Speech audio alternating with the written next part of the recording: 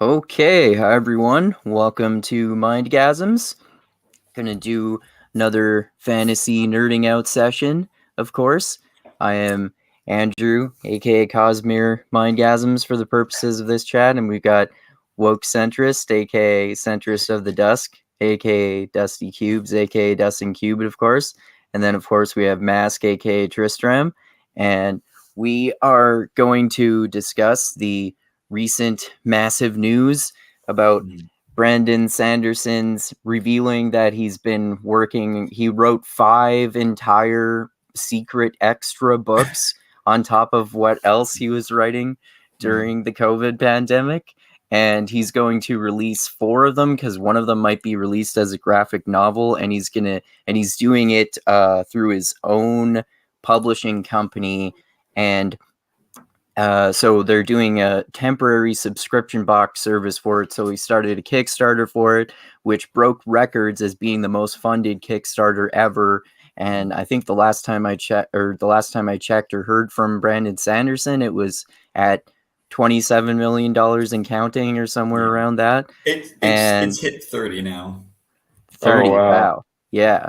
So we're going to talk about that big news, and then also Six of the Dusk, which is Dusty's favorite story in the Arcanum Unbounded that we've been discussing short stories in. My pick was Silence for Shadows in the Forest of Hell, and Tristram's was The Emperor's Soul. So check those out too. And that's a pretty cool story. It's about magic birds giving people powers on Monster Island, and you see your dead body when you're about to die, so that's pretty cool. But first, do you guys want to get into this Brandon Sanderson news? I guess. To start off, let's get your take on it, Tristram. Oh, it's absolutely epic. I watched it live because obviously he gave like a preempt that he was going to do some big news, and we weren't quite sure what it would be, but we were like, those of us who followed were like, just we knew it was going to be something. So because of that, I watched it live, and my goodness, like he trolled us a little, but that's very Brandon to do that. But then when he pulled out the book, I'm like, oh, in a way, this makes so much sense because Brandon talks about how like when he takes a break from writing, what he does is write. And that's actually what he finds relaxing. But he talks about how he doesn't always want to write the same thing. Like he does want to switch between, genres and switch between series. And so it actually made a lot of sense. But I thought it was one book. Like when I thought that was the reveal. And then like how he later just pulls out these extra manuscripts. You're like, Brandon, you beast. You really are the meme. That like you're just crazy. And one of the things for those of you who are watching and maybe don't fully follow Brandon is to realize that Brandon at this time is already one of the most prolific fantasy writers. Like his Stormlight archive is coming out, like he is writing it now. He has completed his Mistborn novel. He also wrote his Skyward 3 Cytonic during this time. He also co-wrote 3 novellas during the same period of time. So he was keeping up to date with all his publishers' deadlines. And then in his spare time, because he wasn't traveling abroad, he wrote 5 extra novels. That is what we're talking about here. Not like a guy who just wrote 5 novels in a year, a guy who wrote 5 novels whilst also already being one of the most up-to-date, successful, and hardworking fantasy novelists that we know of that exist. Yeah, that is what is so crazy. Sure. He's like fucking insanely prolific. I saw that joke he made on his stream about it, where the first one where he was talking about it with that guy who's his occasional co-host, and he was saying, yes, it has been confirmed that I have dead authors in my basement chained up and writing for me. Yeah, he really is so phenomenally prolific. Like you were said, I believe in 2023, that's when Mistborn Era 2 book 4 is coming out, The Lost Metal, and then you said it's written. I saw that. Now that you mentioned that, I remember he said that it's done.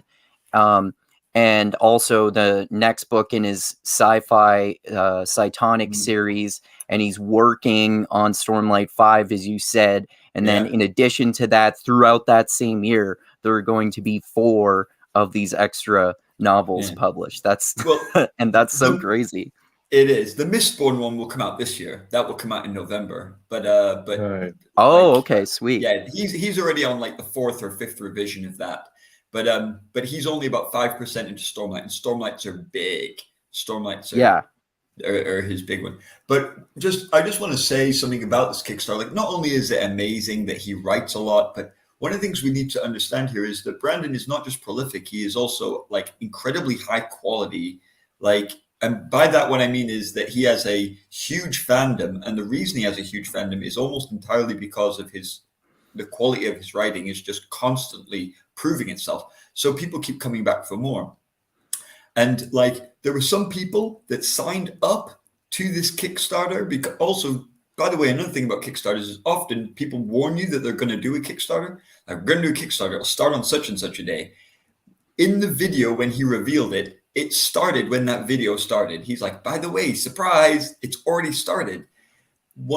It's been revealed that there were people who booked onto that Kickstarter before he even explained it. Like, there were already people committing to it. Like the dedication of these fans, because they know, hang on a minute, does this say books by Brandon? I bought it. Like, I'm in, and because they're so confident of the quality. Yeah, and I think that probably at this point, it's probably still true to say that the majority of people who've contributed to the Kickstarter did so without having any idea about any of the books. I'm pretty sure it was before Brandon Sanderson did any of those spoiler streams, when he must have gotten at least 20 million already by that point. And now he's done 2 spoiler streams. So you have kind of an idea about 2 out of the 4 books that are coming out. And he's explained a little bit, like, one of them is really Cosmere related and one of them is really non-Cosmere, for example. But yeah, I mean, of course, his writing quality is great. That's why, like, partially because I know he's your favorite author, but also because both Dusty and I really love his books. He's one of all of our favorite fantasy authors. That's why we've talked about so many of his books and stories so far, because he's such a great author. Can I just say one other thing though? And then I really want to hear what Dusty thinks. But like, one of the things that was interesting is, obviously I'm a huge fan, right? I'm a ridiculously high fan of Brandon Sanderson, and I know I'm a biased individual. But I was like on one of the was it Reddit, or it might be one of the YouTube videos, and going down the comments. And the comments, as you'll find with a lot of Brandon stuff, are incredibly positive. There's like 700 positive comments. But then I also found some that were shockingly negative.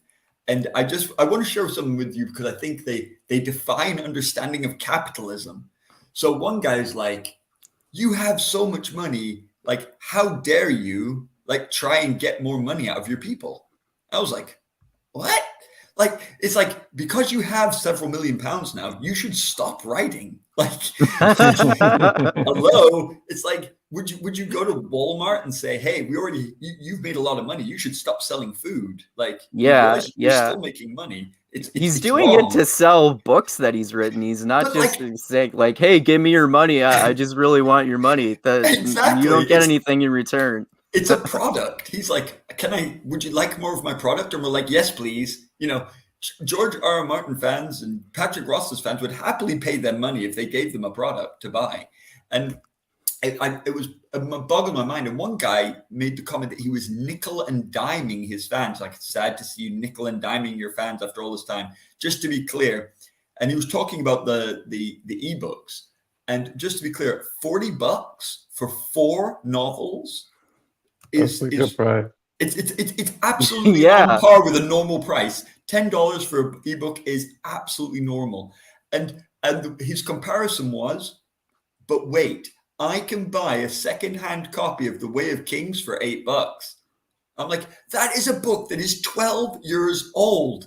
Hello. Like, are you kidding me? These are brand new novels from a top range author, and you're asking him, you're saying that he's being ridiculous for, like, and he's not even making us do this. We're desperate to have these. And so I just thought, some people just don't understand capitalism. But Brandon Sanderson, not only is he a good author, but he clearly understands business. He knows what makes Mm. business work, and he knows that if you're loyal to your fans, you produce consistently good quality product, people will pay you for it, and they'll pay you a lot. And Anyway. I think too, he was saying, I believe it was when he was talking with Daniel Green, he was talking about how he has an entrepreneurial mindset too, like having a YouTube channel and stuff like that has really helped promote his content too. And if that would help a lot of authors doing that sort of thing too.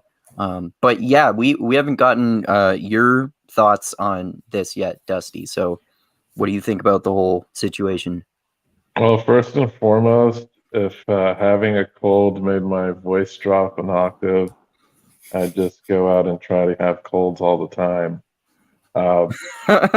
Let's see. Uh, so yeah, I was super surprised. I didn't catch it live like Tristram did. I saw the notification in YouTube. I was like, huh, like what is Sanderson talking about? Sounds like he has some bad news to give us about something that he lied about. I was like, oh no. Is he behind schedule or something? That's what I'm thinking. I was like, oh crap. Are we getting I one of thought his books late?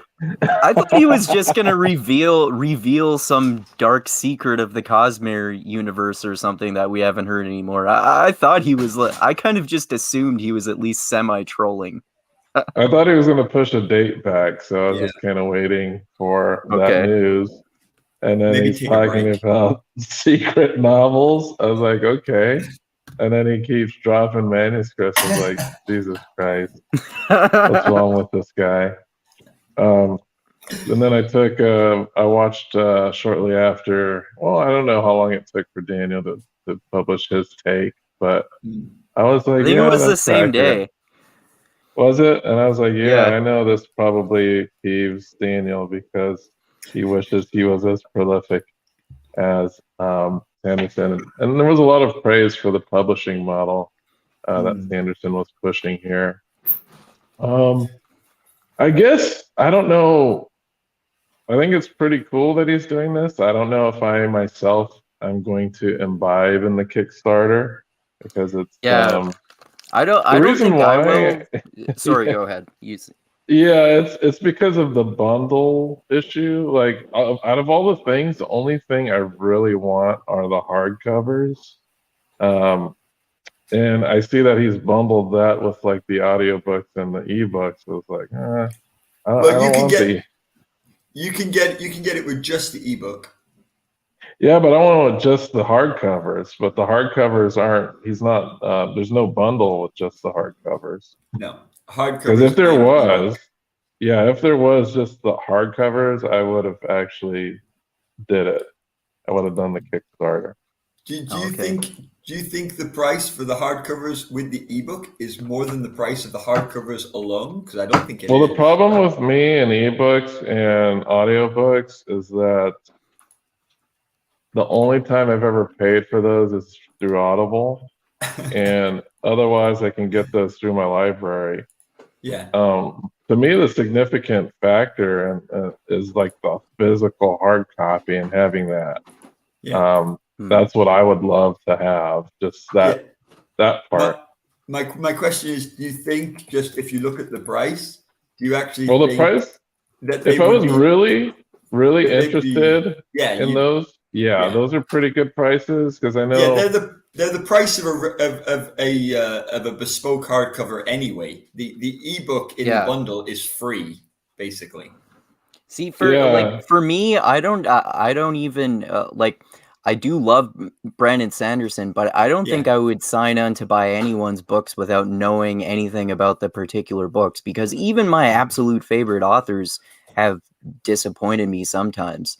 And based on Brandon Sanderson's explanation, the one that interests me the most is, I think he said, the fourth one, which is the most Cosmere related Yeah. one with a whole bunch of characters from other stuff. That's the one that I'm really excited about. I'm less And you can excited about just the catch other that. ones so far. Yeah. Yeah. And the thing is, like, one of the things about Brandon is he's absolutely not gating this Kickstarter. Like, if when the Kickstarter's over, people will be able to buy these books individually. So Mhm. it's not like you pay now or you will never see these books. Yeah, They're yeah. Brandon Sanderson books. Yeah. They'll be republished a bajillion times. And I imagine the ebooks will go on sale individually very soon after each one is released with the Kickstarter, because Brandon has no interest in gatekeeping it. Yeah. But Well, yeah, I imagine too that this is not going to be, well, maybe the ebooks and stuff, but he says he's only pushing just the hardbacks, and his hardbacks are supposed to be higher quality than normal. they are. Well, one of But the go on, Karen. yeah, what I was wondering is if he's going to continue to have a publisher push like trade paperbacks and lesser quality products for those. I think it depends, because up to now there is no publisher with this. Like, they're Right. just doing this all via Dragonsteel. But the audiobook, the digital things will certainly be available permanently, because they cost nothing to maintain up. But one of the things that has been really cool, actually, that we didn't mention yet about this Kickstarter is often when Kickstarters happen, they have stretch goals. Right. But because this was so monumentally successful, they didn't actually get round to doing any stretch goals. So what Well, he they did don't is, need any now. yeah, but you know what he did? He said Huh. because they exceeded what he expected by so much that he's been able to make better margins on it, and so he's actually retroactively added things into the rewards and to the quality. So, for example, they've done two-tone foils on the books, so make them even higher quality hardbacks. See, that's why I want just a hardback like bundle. Yeah, like but I'd be again, all in. like I say, the quarterly books premium hardcover, like that is $40 for a premium hardcover. That's what that is. The fact that it has an ebook as well is irrelevant, because that's like he's just throwing that in because in the past people who've bought hardbacks haven't got the ebook for free, and he's like, "That's what I would always have done. That's what I'm doing." That makes sense So you too. If you think he's gonna buy, sell these individually for $40 a piece? After he's completed it, there will be a limited. He's definitely going to over. He said on his stream that Dragonsteel are going to over order. They're going to get more in the order than they're going to do in the Kickstarter. But he did say he expects them to sell out extremely quickly. I don't know if he will ever reprint after this in hardback, because one of the reasons he's doing Kickstarter is to make sure he can sell them, right? He has no interest in having a storehouse full of hundreds of books he can't sell.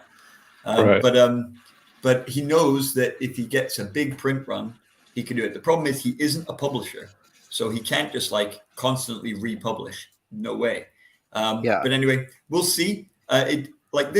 He didn't understand this was going to happen. Like, he thought it was going to be successful. He knew he was going to hit 1 million easy, but he couldn't have dreamed that he would be by over 10 million, the most successful Kickstarter of all time. Like, no way. And so it might be that this changes everything. This might be where people go, do we really need publishers anymore? And Brandon has given a word of caution on that. He's like, I don't want that to happen. Like, I think publishers play an important role. I think bookstores play an important role. And he acknowledges that this system is cutting those people out. So I still love having.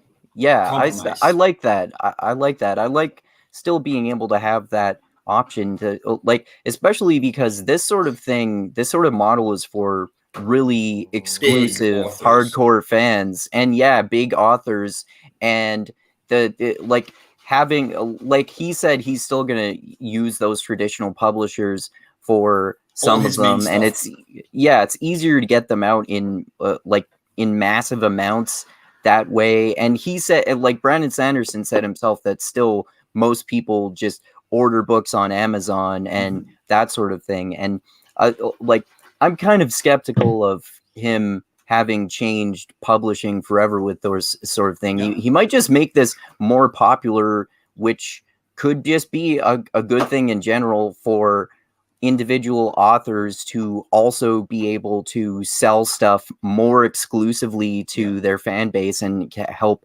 authors be more successful that way, in addition to traditional publishing, which is probably has like a lower margin for entry for someone to be able successful doing this sort of thing.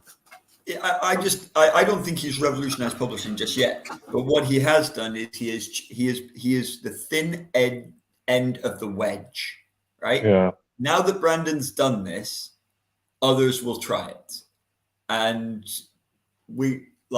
I can totally see someone like Patrick Rothfuss going, "This is how I would like to do books."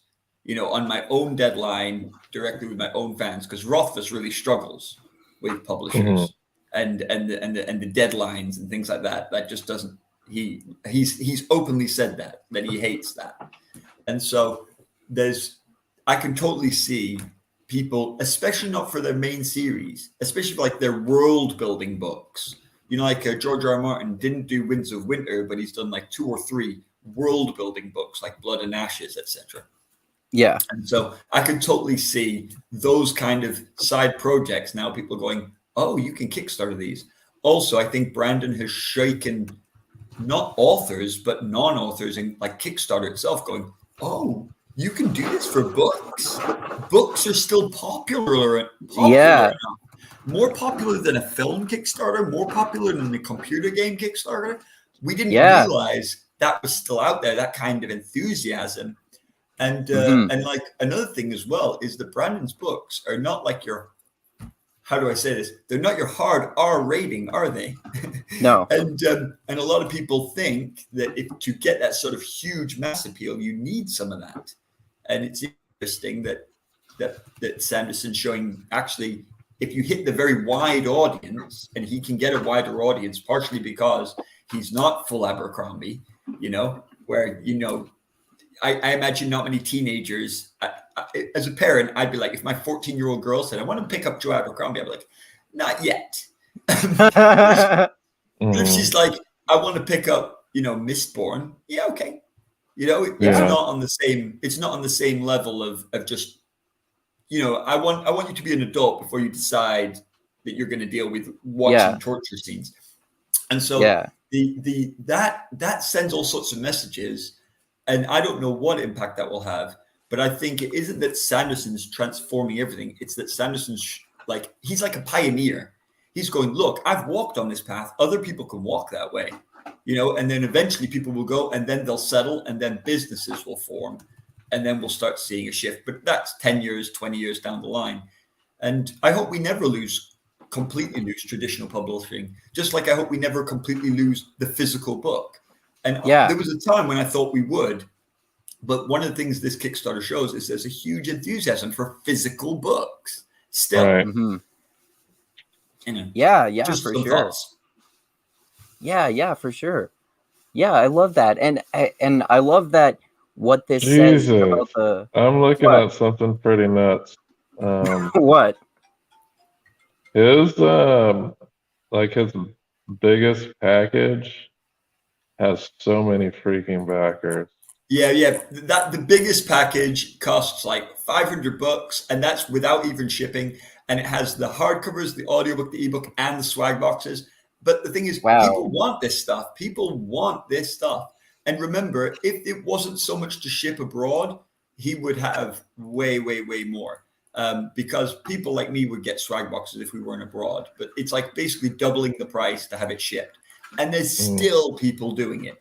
That is how popular this freaking guy is. And but there's something else that needs to be said. I told you he made extra goals. He decided to pay all customs on all shipping for anyone who buys it. Oh wow!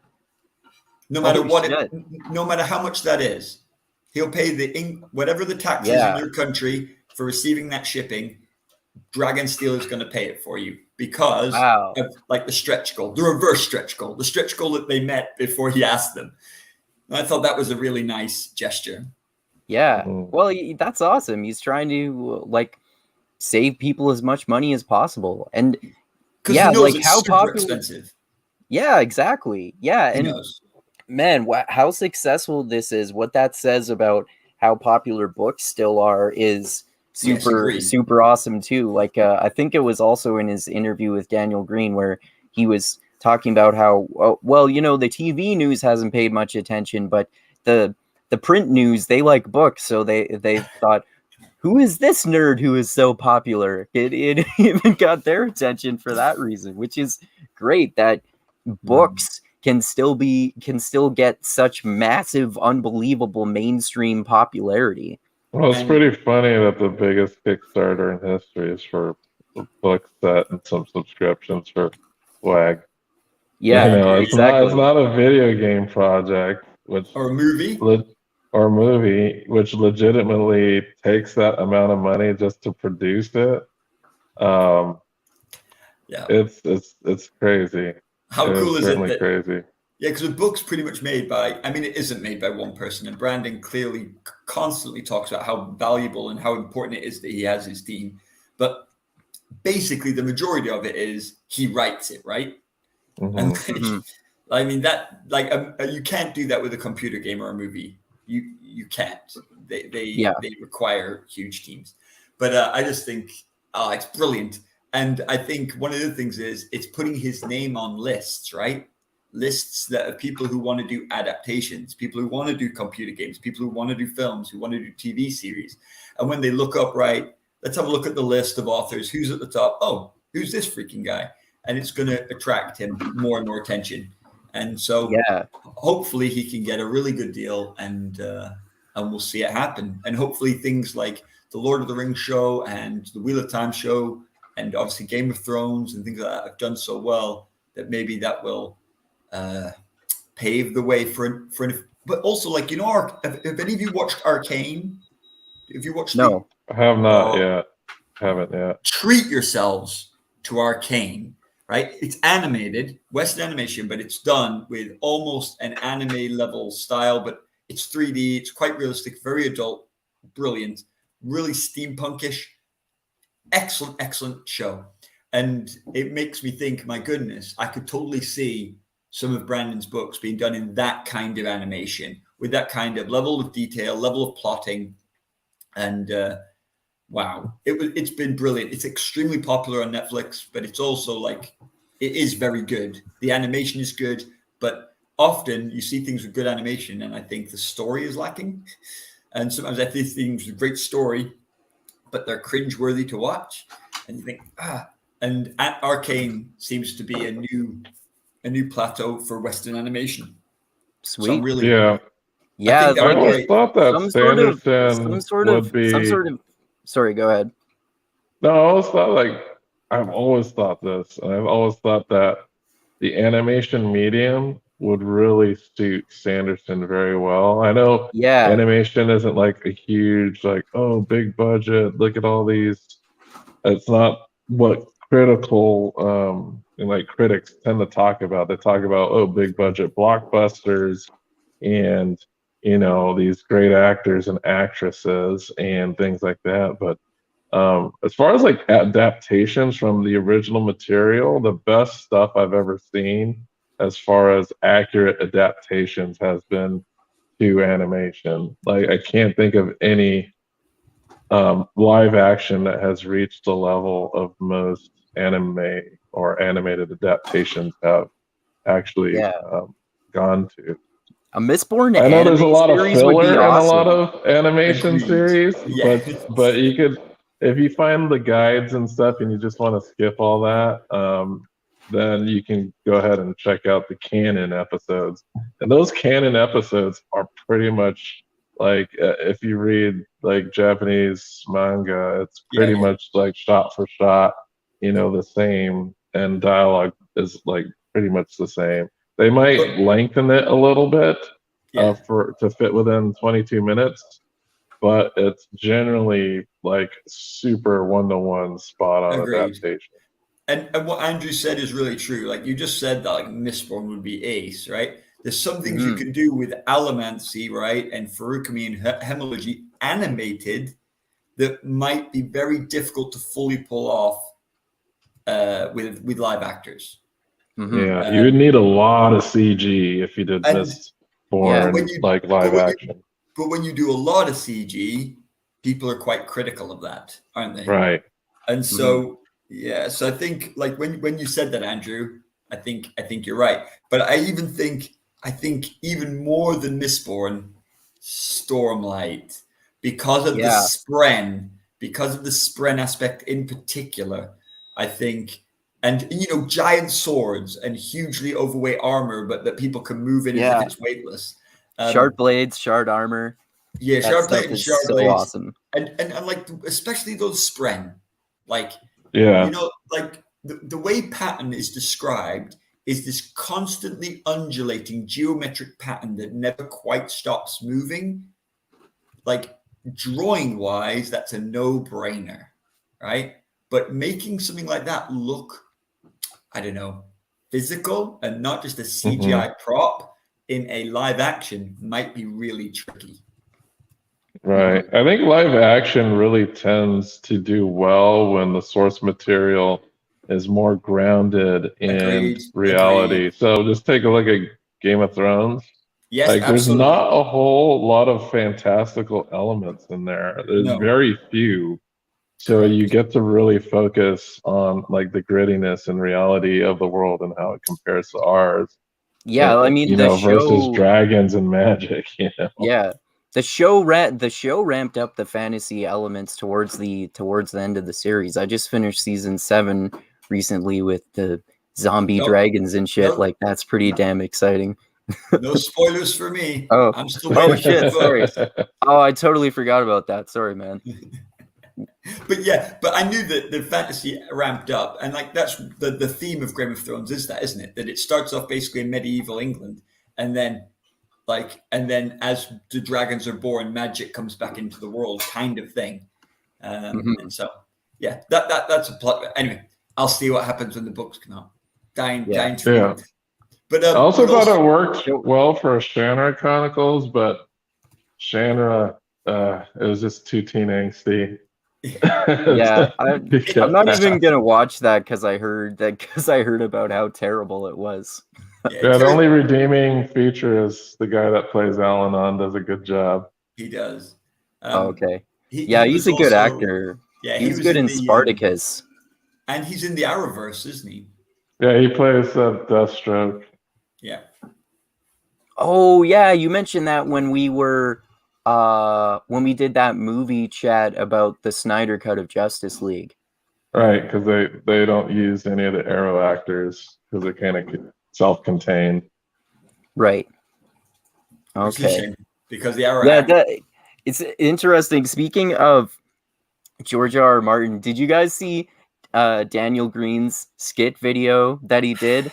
It's called something like George R. R. Martin calls Brandon Sanderson, and Daniel Green's playing George R. R. Martin, and he has his friend playing Brandon Sanderson, and his friend who's playing Brandon Sanderson pretends to be his normal cheerful self, and then he calls George R. R. Martin on the phone and basically stuns him with the news that he wrote 5 extra books and George R. R. Martin has barely started Winds of Winter, and he starts getting all antagonistic and mean like about a super villain. Yeah. He's like, yeah. And so great. And like the idea that Brandon would be like a super villain in secret is hilarious because he's just so pasty white Nebraska boy, isn't he? Yeah. He's like, but like just that he has this sort of, I have a diabolical plan. Well, I have a feeling that Brandon already knows the ending to his full series. I feel like he's already completely plotted it out. Oh, absolutely. And I have also the feeling that George R. R. Martin does not know the end of the series. So that's why he's not making much progress here. I wonder how much he's gonna base it on the show and try to make it different because I mean, as far as you can tell in the show, especially as it starts off, is more directly based on the books and kind of just does things a little bit differently, but ends up with the same end results. So it's fairly similar. It's fairly similar. Yeah. They especially in season 1. They were almost in line. The only things they did was like they aged up the actors. They removed a couple of minor roles and combined them, like the prostitute, for example, making her from Winterfell, so she's Theon's girl and she's the one that they mainly use for the dwarf. But basically nothing Tyrion. really. But nothing really.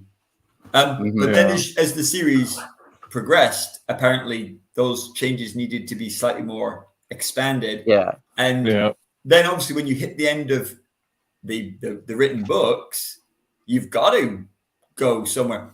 I have a theory, but I don't know. Like obviously, Game of Thrones. I'll try to not popular. give spoilers. And Dusty's seen the whole show too. Yeah. I still haven't seen the whole show yet. But a lot of people are quite negative about the final season, last two, especially the last one. And I have a little thought that George gave them his outline and said, right, so here's the books I've written. This is my rough sketch of what's coming in the last two. And then they kind of did it. And now it's had such a bad reaction. I'm wondering if he's going, maybe that isn't a good ending. Maybe I need to do a different ending. So I think, unlike Dusty, I think George did have an ending. Not written out, but I think he's like, yeah, I know what the ending is. But like in the same way that Robert Jordan knew that in the end, Rand becomes the dragon and saves the world by coming to terms with who he is and not through sheer power. And then Rand will apparently die, and that will actually allow him to live as a man. I think Robert Jordan knew that like a long time before he got to the book. Well, he never did get to the book. But the exact way that was going to play out, I think that changed probably 3 or 4 different ways as he went, because I don't think originally there was going to be 14 books. I bet there was going to be about 9. And then as he wrote it, things grew in the writing. Yeah. But I would agree that I bet Brandon has it pretty nailed down in some of the things. Like he knows what he wants Wit's story to be, Hoyd's story. And that is one of the big overarching. I think he's had Hoyd's story in his head for decades. I think Martin is getting this bogged down by side projects. Like, Now there's going to be a prequel show. And he was working on that video game that just came out. But Elden Ring, which is so successful. But like, you can just imagine that, like, if you're George R. R. Martin, right, and you're writing a great series and you're enjoying it, and then someone comes and says to you, "Do you realize you made far more money on this Game of Thrones TV show, didn't you?" And he's like, "Yeah, the truckloads of money really helped." He often says that, doesn't he? Dumpster trucks full of cash. And then they come to you and go, "George, do you really want to write one more book, or would you rather have dumpster trucks full of cash?" and if I'm George R. R. Martin, I'm not going to go, "Look, guys, you stick your millions. I want to write a book." I'm like, "No, I'll write the book at some point, but let's have the cash while it's going." Because I would. If someone says to me, "Do you want a few million?" I'd be like, "Heck yeah, I want a few million. That'd be great. Thanks." I don't blame the guy. I don't think he's taking the mick at all. I think he's making the best decisions for himself and his family, which is do what's hot now. Those deals might not be there in 5 or 6 years. He might be dead in 5 or 6 years. So, you got to live while the living's good. So that's fair. Everyone was saying that he wasn't going to survive COVID. Well, people are stupid, but like, because if anyone who can afford a good doctor, it's freaking George R. R. Martin, right? He can hire Trump's doctor if he needs to. Right. The best of the best. You get on the good quality drugs. Yeah, dang straight. Good, dang straight. Anyway, we should probably get to the book at some point, but I think that was fantastic. Yeah. It's so exciting. Do you want to talk a little bit about? We don't know that much about it yet, but just what little we know about each of the individual books so far, which is basically just a little bit of 2 of them. So no, three. Yeah, I know nothing about none of them. Okay, so books 1, 3, and 4 are all set in the Cosmere, on different shard worlds, different worlds that we've not yet seen. They will not be major. They will not be major shard worlds. So he's saying very clearly, the big stories of the Cosmere are happening on Scadrial, on Nalthis, on like the Elantrian world, and on Rosha. He said that hasn't changed. But there are other worlds out there. And remember, he wrote these like as a gift to his wife. Like he wasn't even sure he was going to publish them. Wait. So these are ones he hasn't written about. So that excludes also like any in the Arcanum Unbounded. Yeah, he's never written about them. They're not even in Arcanum Unbounded. He said these are 3 new worlds. So the first world is the one of Tress of the Emerald Sea. And one of the things that's cool about this one is it's a fairy tale kind of thing. And it's being told by Hoyd. So Hoyd is telling you the story. So it's in Hoyd's voice telling you the story of Tress and her love. And it's very, very, very fantasy-esque, very fairy tale in its design, in its voice. And that's what he was playing with, because that's one of the cool things is he was having a break from writing by writing. And one of the things he does is he's like, oh, I can risk something different because this doesn't have to go to a publisher. I don't need to please anybody. I can just please myself. So he's like, I'd love to do this. So he wrote it. One of the things that's cool about Tress the Emerald Sea is we believe that it's an aether that has invested that planet, which is why its seas are all spores. So they're not water, they're spores. And these spores, if they react to water, let off what could be like a killing, a lethal extrusion. So you've got to be really careful as you navigate these seas. And so basically it's the idea that all of the spores move, and as they move, the vibrations allow movement of ships. But it's quite tricky. They also have 12 moons, and the moons are like super close to the planet. So if you actually look at the front cover, you can see the moons. And so those moons affect gravitationally the spores. So it's going to be quite interesting to see how that evolves. And it's basically she's fallen in love with a young man who is forced to go away and marry a princess. He goes away and never returns. He's writing her letters and suddenly his letters stop. And so she decides that if no one's going to rescue him, damn it, she will. And she doesn't want to rescue him. She wants to stay happily on her little island. She is not ambitious. She is not a typical kick your butt heroine, but she's just like, I love this guy. And if he's lost and no one's going to look for him, I will. And she's going to go off on his voyage across the sea. That's book 1. Book 2 has a great title. It's called The Frugal Wizard's Guide to Surviving Medieval England. And basically, it's born of the idea that there's multiple dimensions and you can purchase mini dimensions as vacational hotspots. So like, he loved the idea, Brandon, that you could go back in time to an era and like experience it. But he hated the idea of if it's time travel, then, do you affect the future and the space-time continuum? So he's like, I wanted to get that out. So he's like, nope, we're in the future and you can go back and it's not really back in time because it's its own dimension. So it doesn't affect the future because it's its own place. So it's like interdimensional holiday making, right? Yeah. But this guy is having a Bourne-like experience. So he's actually forgotten the whole, like who he is. And so he's kind of like figuring out as he goes, and he's finding little pieces of paper. And but one of the cool things is he's clearly from our era because he keeps like rating things out of 10. It's like I was hiding under this tree. It was a pretty thick tree, very good at hiding, lots of leaves. 7 out of 10 for hiding.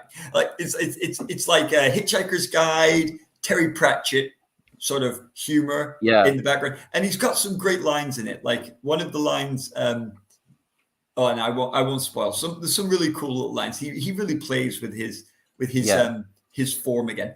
The third book is set. Wait, I just want to say before we go on to the third one. Yeah, I like that second one. I wasn't really a huge fan of the first one, but I like that, and I didn't like the second one as much until I heard Brandon Sanderson say that it was kind of meant to be Hitchhiker's Guide to the Galaxy-esque, and then I thought, I get that tone then. It's so much better if you get the tone, and I love Hitchhiker's Guide to the Galaxy. So yeah, I like that idea. I like that idea and the way that it's executed for that reason. Yeah, and you're absolutely right, Andrew. You do have to buy into it. If you don't like that premise, you're not going to like the book because it's very tongue-in-cheek and very like counterintuitive. I absolutely agree. Really good point. Mhm. And then the third one, also set in the Cosmere, is set on a planet where he introduces two characters, and one of them, and if you look at the picture on the front, there's two people like circling each other and looking at each other. So I believe these are the two key characters who are going to dominate the book. And one of them wakes up and he's off to do his job, and he is a nightmare painter. That's his job. He paints nightmares to protect his home. And so apparently being a nightmare painter is a thing that a few people do. And so he goes out to do his job, and he describes his planet as his city as being constantly dark. They don't have a sun, they have a star, not like a sun, and like a star, a pinprick of light. But they also have these two bands of like energy that he describes. And I'm not quite sure because he hasn't described it all, but it looks like these things provide ongoing energy to the city. So they have some quite modern things that we'd associate with modern life. And I think this is going to be his Tesla-topia. He's talked about doing that before. Cool. So like, where Tesla said you could just put a light bulb on the ground and it would just light up? Like not using wires, but actually charging everything. So the whole thing is charged. Obviously very risky. But I think these two bands basically are permanent in his city. So there's this constant source of energy, and two bands, like two poles, positive, negative. Yeah. And so I think it's going to be about that, but also about if you put a face to something, that you remove its power. But I don't know because I haven't really read it. But the thing is, he then juxtaposes to this other woman who is living a life of a chosen one. She was born after a specific omen that suggests that she has the magic power to commune with the spirits. Because of this, she is held up as this great and precious person. Like people dress her, they feed her. She never feeds herself. She doesn't dress herself. She is like a queen, a priestess among high. But she's straining a little bit, wanting to do some of her own things, and she can't. She's so important that she can't do anything that she wants to for herself. And so it's like that struggle for her is going to be, I assume, her character arc. But it's interesting that where she is, there is light. There's a different language. Also, he seems to have gone very oriental. Like she speaks a language that instead of using adjectives, you change the ends of words to make them respectful or disrespectful. And that's very like Japanese in style. This kind of thing that by adding, a little ending like san on the end of something, you can change the meaning of the word to making it more friendly or familiar or more formal. So I think that's going to be really, really interesting to see how these two people who have these extremely different lives are going to come together, and whether or not the spirits that she's using in her power are potentially the source of the nightmares that are afflicting his town. I don't know. We'll find out. But they have these completely different lives. He's this drudgery guy who's on his own, who just goes out and does a day job, even though it's a cool day job.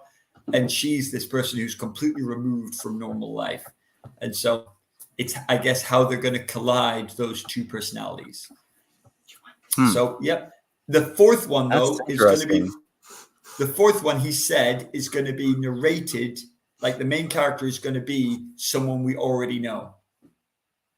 And so, but not on their planet, but they're going to be someone we've met before. So maybe but who hasn't had a book to themselves before. So it might be someone like Chris or Naz or Galadon or one of the, I would love it if it was 17th Shard.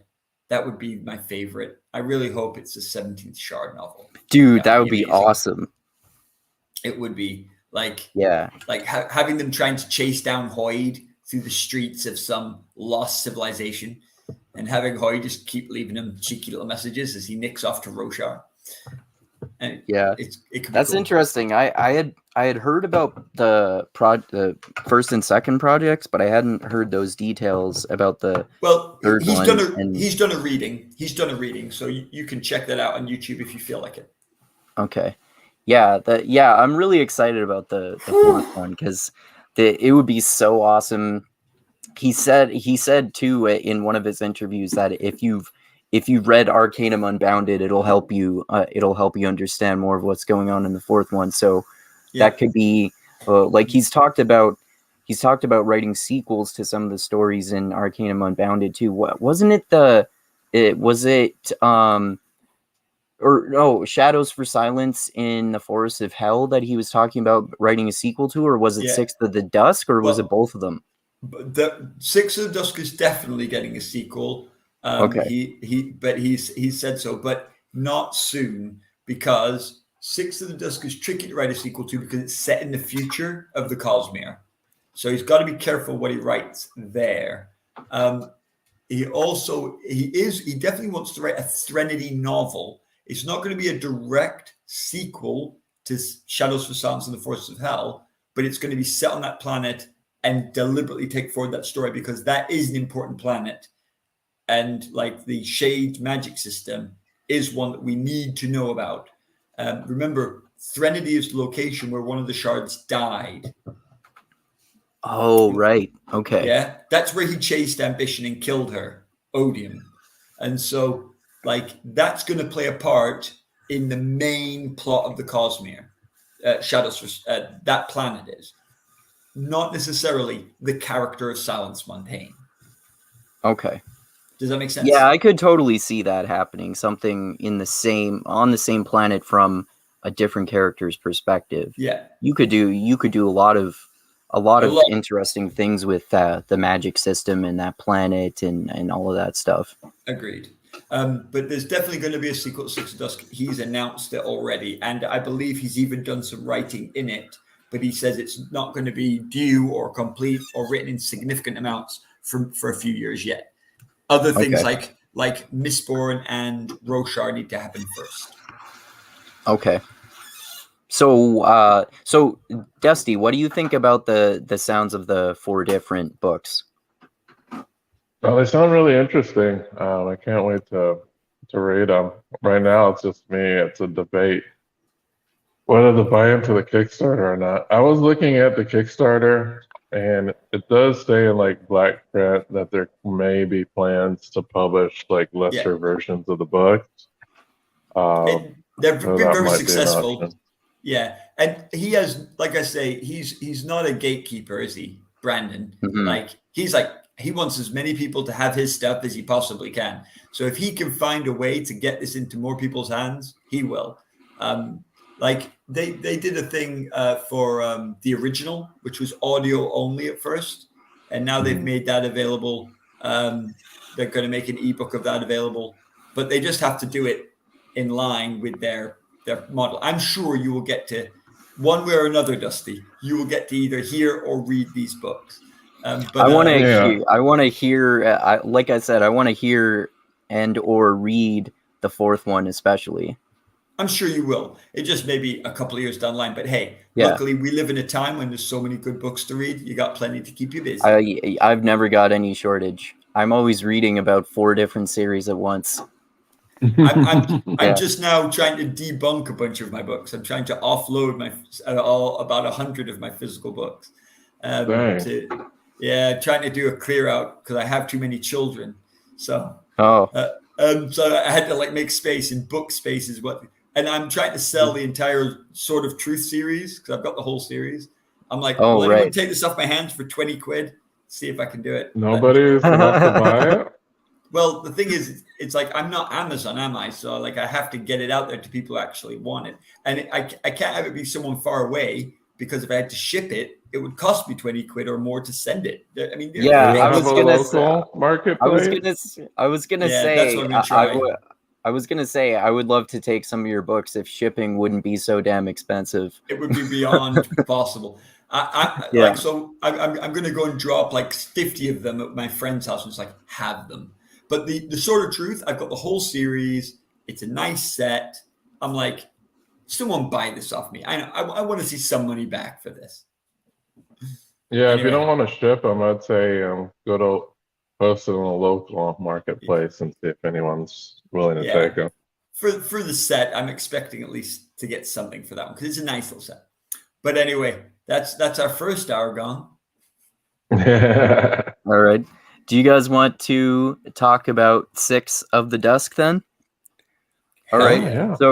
So Dusty, why don't you start us off then, since this was your pick from Arcanum Unbounded?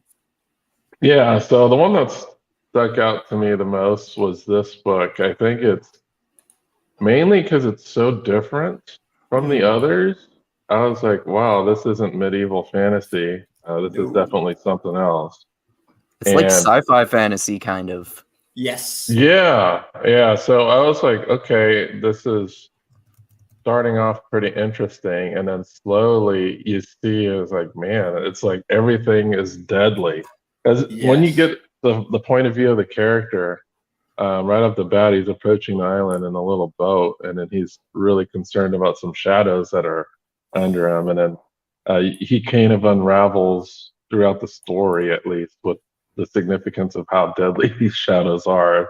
Specifically, when he talks about how this, what do you call it, like a corporation Yeah. landed to profit from this island, and they got totally wrecked by one of these sea beasts that come out of the water. So to me, this book was like more survival horror than Six of the Dusk. Like, I know there was a lot of tension You in mean Six of the Shadows for Dusk. Silence? Oh, I'm sorry, yeah, Shadows for Silence, because there was constant tension in this book. It's like you couldn't take a step without some deadly encounter. So you're always on the seat of your pants. It seems like any little thing is like spells death on this island. Yeah. And then there's also like this clash of culture where this the name of the character is Six of Dust, and he lives not in a society because he doesn't really live in one. He's a very much a loner, and there's a code between the people of this island, or at least the I guess you want to call them hunters or whatnot. And even the trappers, like, you cannot really come into contact with each other without something bad happening because they're so competitive. And the guy leads a really lonely lifestyle, and you actually get to see how that impacts his ability to communicate with people. Like, he can never find the right words to talk to people because he has no experience, very little experience talking with people. So whenever there's a clutch situation where a few words can kind of solve the issue, he just doesn't know how to do it.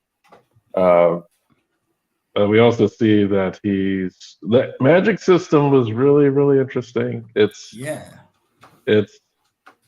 what I thought was pretty interesting is that he really tied up and explained the magic system in this particular island. Like, by the end of the book, I feel like a lot of it is explained. Yes. And they go through like the process of how these birds and how they're infused with this particular magic that comes from the island, and like almost the entire process that happens with that. And so it's basically, we have a competition. We have the old culture and kind of like the new corporate culture. He's just there to maintain what's going on in the island. He uses that island's resources to support himself. And what he does is he breeds and captures these birds, and he sells them off. And this is the only place in this planet that seems to be able to produce these birds. Because these birds are highly sought after from off-worlders, this becomes a very, very profitable venture. So you have this corporation that they don't necessarily know what they're doing. They just want to get the birds and sell them to these off-worlders for huge profits. But they never gone through the arduous process of becoming a trapper. So they make a lot of mistakes. They kind of mess with the ecosystem there quite a bit. And it's interesting that Six of Dust kind of takes it more as the island having a spiritual origin, which is probably true when we're talking about the Cosmere. It's probably closer to a spiritual origin than to a technological origin. Of course, there's a little bit of genetics involved, but that's not really super important. But the process of how these birds are made was pretty interesting. And him having to contend with somebody who is from the company, but who isn't exactly on board with all the ideals that the company represents. And he gets to directly confront that culture and sees how his current culture is doomed by the end of the book, and how it's going to change everything, and how they are going to be exploited by these off-worlders. And the plot twist at the end is super interesting. It reminds me of like a Star Trek episode, mainly about like breaching the what is that Prime called? Directive. The Prime Directive. Right. Yeah, so it seems like this otherworld culture has some type of Prime Directive, and they try to cheat that Prime Directive in order to obtain their goals through some really sneaky ways. At least by manipulating the greedier elements of this culture that's trying to get on this island. But yeah, I thought it was really great. The horror elements in this are amazing. There's so much tension. You got a bunch of crazy and huge like monsters. Well, I know there's couple sets of huge monsters that are kind of like the T-Rexes of the island. That you absolutely do not want to come in contact with. And he does a really great job of building the tension of these terrifying creatures. As well as just like small things that can totally kill you. I think there's like some type of yellow ants that can kill you. Yeah, there is. Straight away. If you step on them, you're pretty much dead. And all the interesting aspects of the powers that the birds give them. So we have the death predictor, the one that predicts, and the other one that kind of obscures their mental signature. Makes it so that the predators on the island who sense the mental signature of creatures in order to stalk and kill them. So it's pretty interesting how they use these senses instead of smell and sight. We have this whole thing about the mental signature and having to cloak that from the island's predators. But yeah, I thought it was really fun. I'm really excited to see what a sequel would look like as far as this goes, because there's kind of a huge cliffhanger that this hangs on in the end. But yeah, I'm really looking forward, and hopefully when he says sequel, he's going to write about some of these characters, because I really like the characters that he presented in this book. Well, at least the named ones. There's only really two named characters. Yeah. So none of the other characters are named, but I really liked the development that was involved with these two characters. Yeah, for sure. Yeah, there's so much. And he was amazed by the gun. The gun. It's like, that's like a hand cannon. There's so many interesting aspects of this. That's one of them that I was going to talk about, actually, like the culture shock that Six of Dusk experiences between basically his culture and the lack of technology of the outside culture, and the way the magic system works with the birds giving them their own individual powers. That's so interesting too. It reminds me of basically the magic system in that His Dark Materials series by Philip Pullman, because it's kind of similar to how it's your spirit animal, and it gives you your own individual magic powers like that. And seeing your dead body about when you're about to die, and the predators being able to sense your thought signatures, and the horror aspects of it. And like you mentioned, the the cliffhanger ending and the big twist at the end. There's a lot going on philosophically in terms of like a sci-fi fantasy perspective, like you're talking about there too, Dusty. Yeah. So what do you think about there's it? a lot going on for sure. Yeah, for sure. I would say like it is powerful, and it's like I wouldn't call it necessarily horror, but it's definitely survivalist thriller, right? Yeah, Like I like that trope, the survivalist trope. That it works so well because it's so interesting. But like Dusty's right, like he manages to make everything is tense. Like walking down the road is tense. You know, like if you've ever read any survivalist stuff, like you know, even if it's just something like you read as a teenager, like Hatchet or something, you know, boy stranded in the wilderness, is he gonna live? And suddenly, like, just eating lunch is like a big deal. You know, going to sleep is suddenly a big deal. And so I think that's amazing that he really does pull that off. I did feel that tension in this book, and the way that he does it, like right at the beginning, that he keeps seeing himself dead, because if he makes a misstep, he could die so easily. And like one of the things that's really cool is you realize that having Sack, this bird that predicts his death, is one of the reasons that he's lived so long and he's been so successful, even though he chose the hardest island. And I think that's one of the things that's really cool, is that Sixth deliberately chose the hardest island. You choose an island and you trap that island all your life. And Sixth is someone who clearly relishes challenge. I hadn't even thought of the point that Dusty made, which is that he was like a lone wayfinder. And one of the things that inspired Brandon here is the Polynesian culture, where people who were wayfinders would take a boat and just go out completely alone, sometimes for months, without meeting another person. And what kind of person you have to be able to do that, and like keep your brain right, keep your like sanity.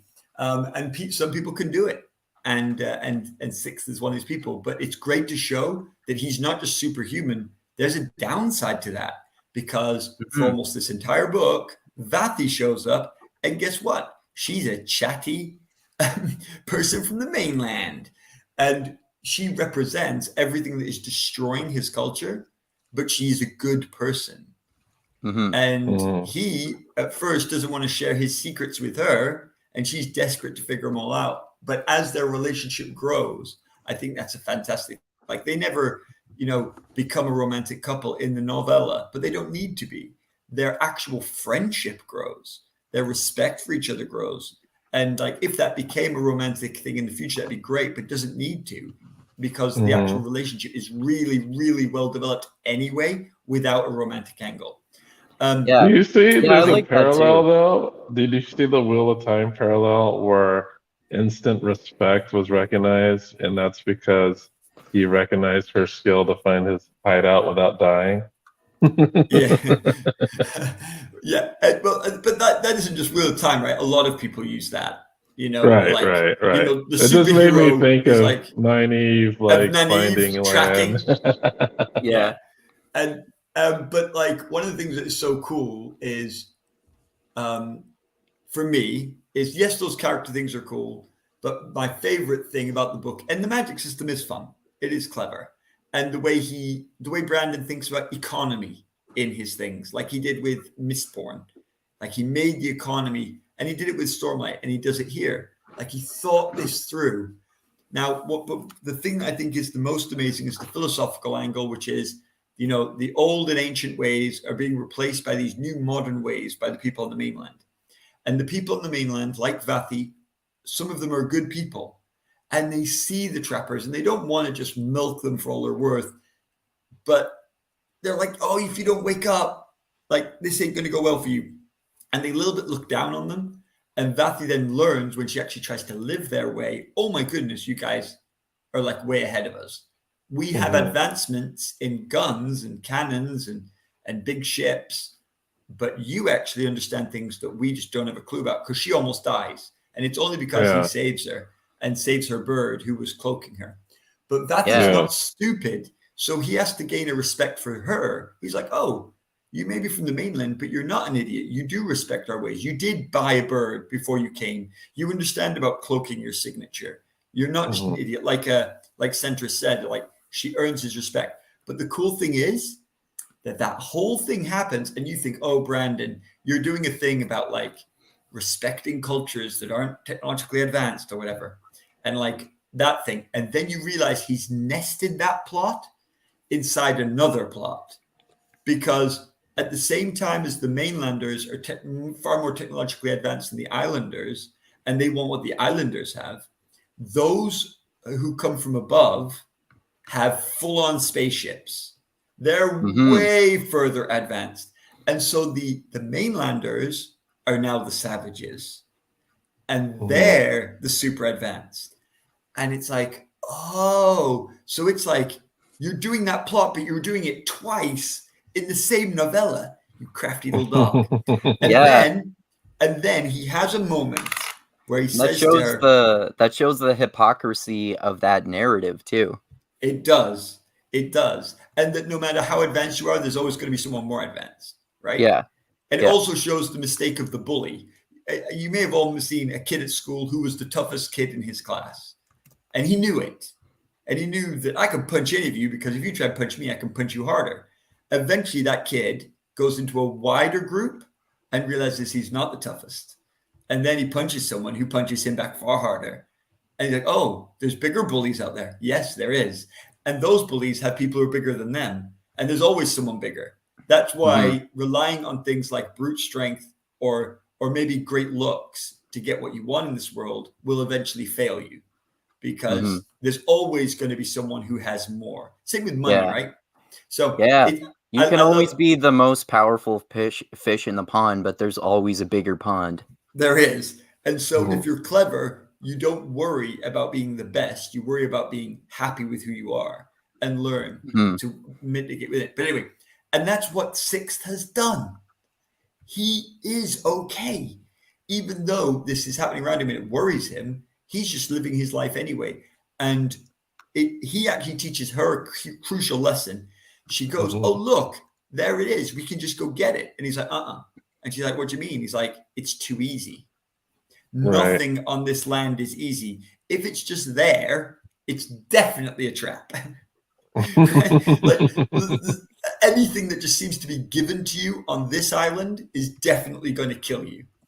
And so she learns that lesson with him in the rustic way of a trapper.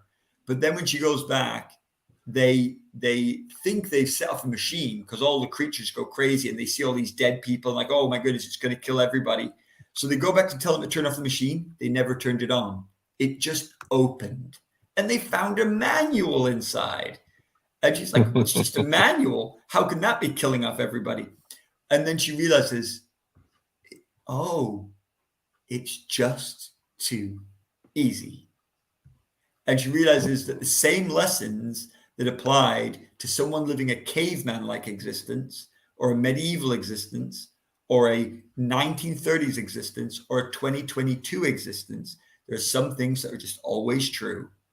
Like friendship still counts. Some people will still betray you. You know, you need to rely on your own experience. You need to have faith and hope. You also need to watch your freaking back. And some things don't change regardless of technology. And so she's like, I don't fully know what they're going to do. I don't fully understand all their rules. But now I realize this is a trap because of a guy on an island with a vine that kills you when you try and eat its fruit. And he's like, that, Mr. Sanderson, is a neat nesting of storytelling eggs. Because that's so cool. Yeah, because I thought the story was about them figuring each other out and becoming friends across their differences and getting back to her base safely. And then I found out that was just a little egg inside the main story. And I was like, oh, that's clever. That's clever. I like that. That reveal that the there's a culture with spaceships above them at the end is so cool too. It reminded me of how I think in that interview with with Daniel Green, Brandon Sanderson was talking about how he asked him if it seems like he's trying to move the timeline of the Cosmere forward in history to eventually make it more like sci-fi fantasy. And he said, yeah, basically that's my plan, to slowly do that sort of thing and still maybe have stuff happening in different eras and time periods, but overall move forward to that. Like, it sounds like he's basically going to eventually be doing series that are mostly sci-fi fantasy, but then still kind of doing some straight fantasy or other sorts of things like that from time to time. Agreed. And you can, right? Because the planet that Tress is on is really technologically backwards. But the planet that in his third secret novel, the Teslatopia, is clearly super advanced, like in comparison, like massively advanced. And they're in the same universe, but who cares? They've never heard of each other. So the technology from this planet can't do anything over there.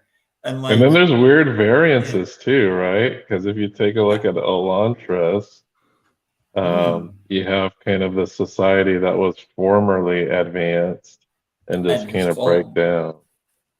And also one of the things that's really cool for me as well is that he's advanced some of the societies differently than Earth advanced. So some of them have picked up some technology and not picked up other technologies. Right. Like in what we'd consider the wrong order. They've got radio, but and radar, but they haven't quite sussed out blimps. Yeah. And they had canning factories and watches. But not like machine, anything. I'm talking about Mistborn here, because I know in the very first book, someone pulls out like a pocket watch. I was like, oh crap, they have watches. Let's see. You mean in Era 2? No, in Era 1. In Era 1, in the very first book. Oh, I forgot about that. Okay. Yeah, Breeze has one. Also, the Tristram, this isn't a major thing because it says in the description on Goodreads, but it seems like Joe Abercrombie is kind of doing like moving forward a little bit in the future too, because his new Age of Madness trilogy that I just recently finished, which is kind of basically First Law Era 2. It has like people related to characters in Era 1, and it's moved forward slightly into the future. It's during the Industrial Revolution, basically. Wow. And like a really early that makes version sense. of that. But that makes complete sense for Abercrombie, because his gritty realism is what he's all about, right? Yeah. And so he's shown that there was a mythological age with Juvens and stuff. Then we get into sort of this time of warring kings or whatever. That's like this sort of age right now where, emerging empires, etc. And when I read Best Served Cold, my goodness, what a great book that was. I fucking love that book. It's so awesome. And it's so depressing. I'm like, why do I not hate this book? But it's actually just so well written that I couldn't dislike it, even though it was like he tells you how depressing it's going to be, and then he starts to reveal it, and you're like, oh my goodness, what is it? Surprising yet inevitable. Because she has a list, right? And as soon as she has a list, you're like, these are the MacGuffins that I'm getting along the way. But he does each one in such a believable way. They're all different. He keeps it interesting. And then you see, there are plot twists that you totally don't fucking anticipate either. And the characters are like even more fucked up than they are in First Law. But he pays it all off, right? He pays it all off. Abercrombie does. And at the end, you're like, I can see that. I believe you. If this world existed, I think that's how it would go down. Even though crazy things have happened, that's the thing about Abercrombie, is he really makes you think this could happen. If the world existed with these rules, it could be this way. And people are messed up, right? We've all met people who just make awful choices. Like the Rain Man with the butcher knife. He was a pretty interesting character. Oh, that guy is crazy. But anyway, he was kind of humorous, just about he's always counting things, and man, this guy is pretty nuts. But the thing is, he's so nice most of the time, and then just in that one moment, he just goes ballistic, and you're just like, oh, that's why you're in prison. And, and like he keeps talking about how prison was like good. And like then there's those people who mess with his dice when he's pretending to be a gambling guy. It just goes ballistic, just murders the crap out of all of them. But like I like when one of them is like, "Oh, I was in prison. Were you wrongly accused?" No. It's like so hang on. Did you say you were in for multiple murders? Yes. And you weren't that wrongly. Eater twist at the end was pretty crazy. But what I'm saying is he's just like he was just so. Yeah, the whole thing was just really, really well done. And the characters, the Poisoner is such a clever character. Oh, that was funny. That was just amazing. Like, I loved when he went into that bank and like all of his like little backup plans just like failed immediately. I was just like laughing throughout that whole thing. But in the end, if they'd just done what he said the whole time, like they'd all like most of them would still be alive. I'm just saying. But anyway, but like, and also how they traded places, like the really negative one at the end admitted she wanted to be positive, and the one who was desperately trying to be positive became just horribly, horribly negative. And, and the thing is, that's a truism of life, right? If you can have people that are really positive, but if people just keep kicking the out of them day in, day out, there's no guarantee that you can stay that way. And awful. And I knew he was doing it. I could see him doing it. He told me, "This is what I'm going to do to you." And I tried to stop him doing it, and then he did it anyway. I'm like, Abercrombie, you diabolical genius. But exactly. This is why I could read Abercrombie books, but not like I can read Sanderson books. Because let's look at Six of the Dusk. Six of the Dusk, his name, he wasn't born at dusk. Like usually they're named for when they're born, and he was not born at dusk. And he tells her at the end, "It's not because I was born at the dusk of the day. I'm born at the dusk of my people, the dusk of my civilization. That's why I'm called Dusk." And you're like, how? Like, imagine if you were called Apocalypse, like your mom called you Apocalypse because by the way, the world's going to end during your lifetime. You're like, wow, that sucks. Man. and like, but the thing is, in his isolation, he is still hopeful. Even though he knows his world is going to come to an end, he just continues anyway. And like, that's Brandon compared to Abercrombie, right? Maybe that's not realistic, but Brandon's just like, he loves to throw in, I want to write stories about hope. And like that everyone's kind of good when it comes down to it. And Abercrombie's like, I just want to write about what I think is as real as possible and entertaining. And that's why I can read Brandon any day, every day. I can read Joe Abercrombie, and then I need to take a break. Wow. Well, I remind myself that life is still worth living. I just must be more twisted and fucked up than you, because I could read the most dark, well, not the most dark, but really dark and horrible shit all the time, as long as it's well done, like the way Joe Abercrombie does it. But I do have limits too. Like I don't want to read a book about women getting constantly raped left and right all the time. I do read lots of stuff. That Sword of Truth book. See that, like, that happens, but it doesn't happen all throughout the books. I guess, and it's not on screen very often, and it's not as graphically described as it is in some other stuff either. Yeah, he just says it happens, doesn't he? He's like, "Yep, she got her in. He raped her," and that's like a line. We get near misses mainly. Yeah, but there was that demon raping that happened in book 2, I think. And also there's a lot of it going on in the background, like when the Empire come and they put their rings on the women, and one of the things, you see, I don't remember a lot about Sword of Truth. It wasn't one of my favorite series, but one of the things that was interesting is he did make some interesting comments about things, and you can take from any author good lessons if you want to. Yeah, you can see some cool ideas.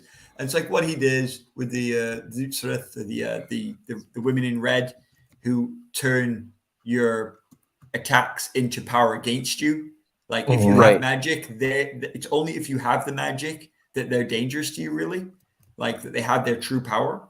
And I think that's interesting that sometimes it is your very strength that is the one thing that is your weakness.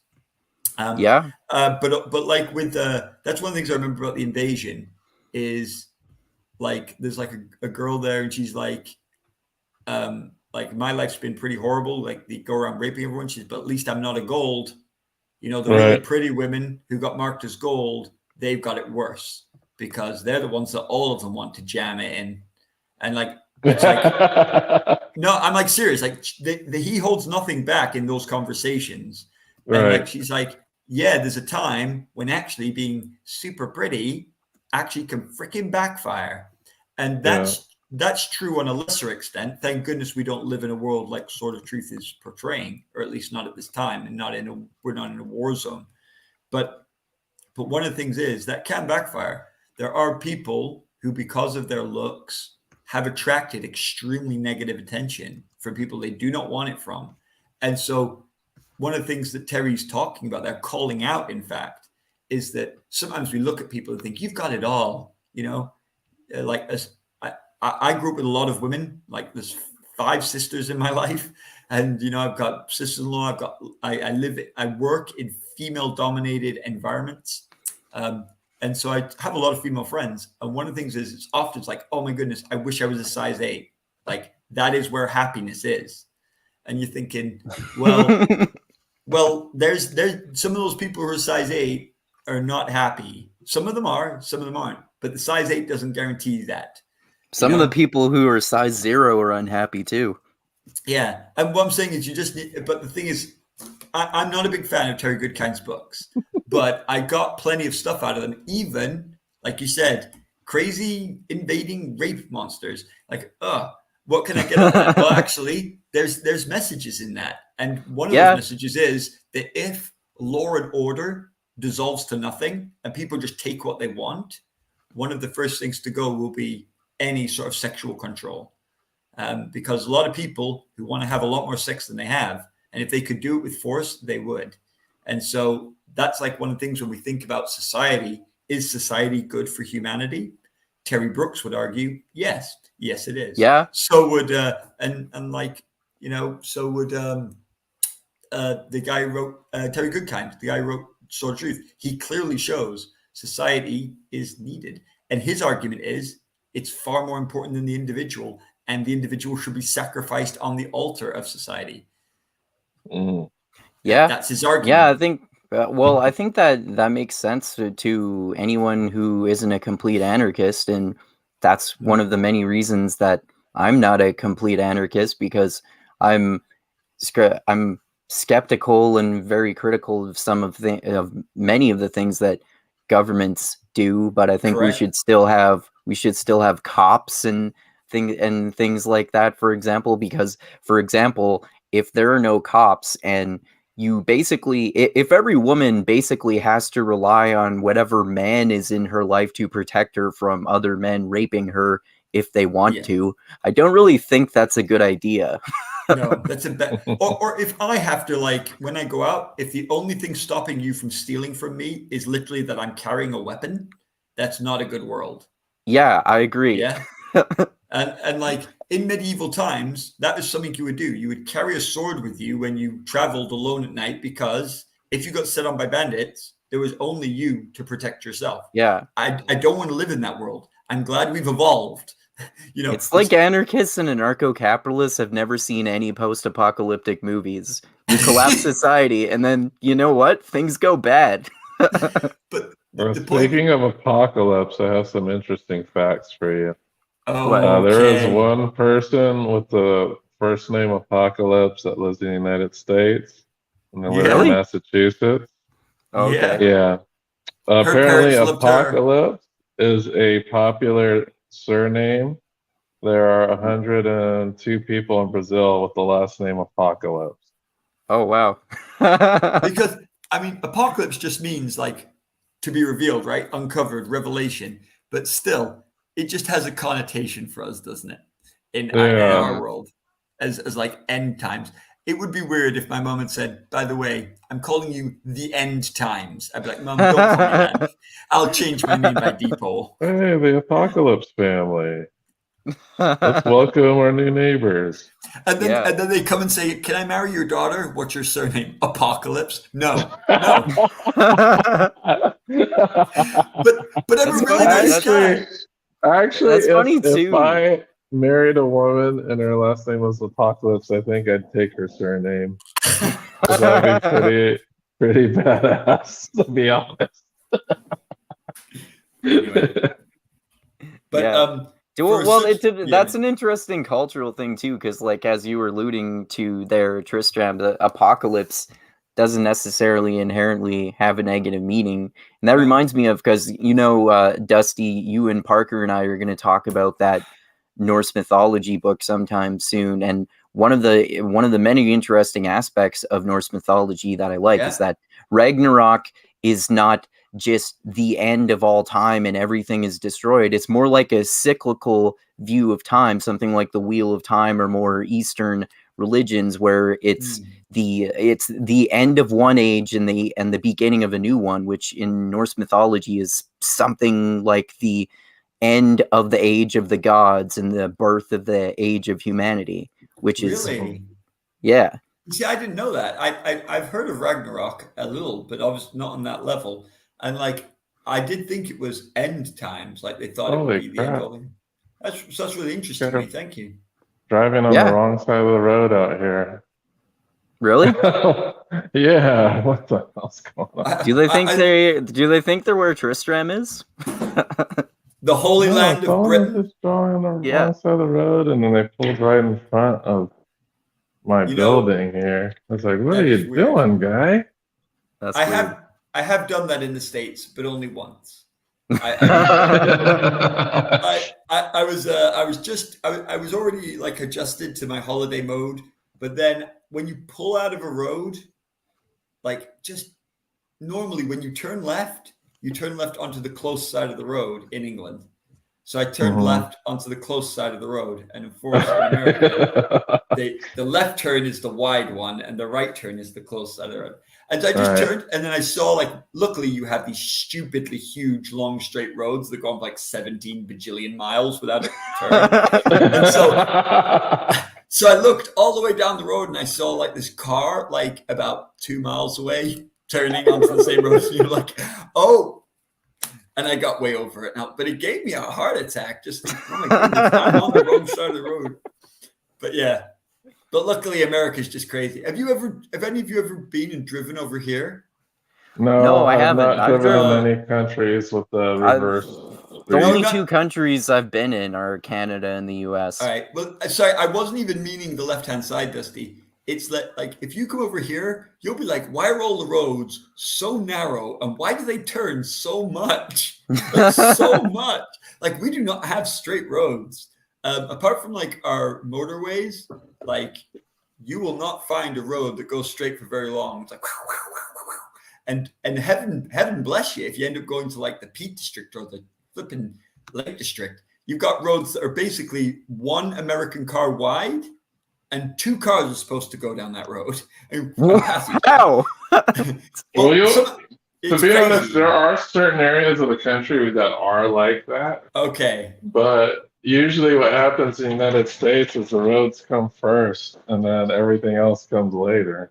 Yeah, you see, our problem was we had an entire civilization before cars were invented. Like, right. That's seriously our problem. Like you go out to the west to places like Utah, right? And Utah was founded like pioneers going out there, but it was already like the late 1800s. So it was already like people thinking about building on a grid pattern, really wide roads.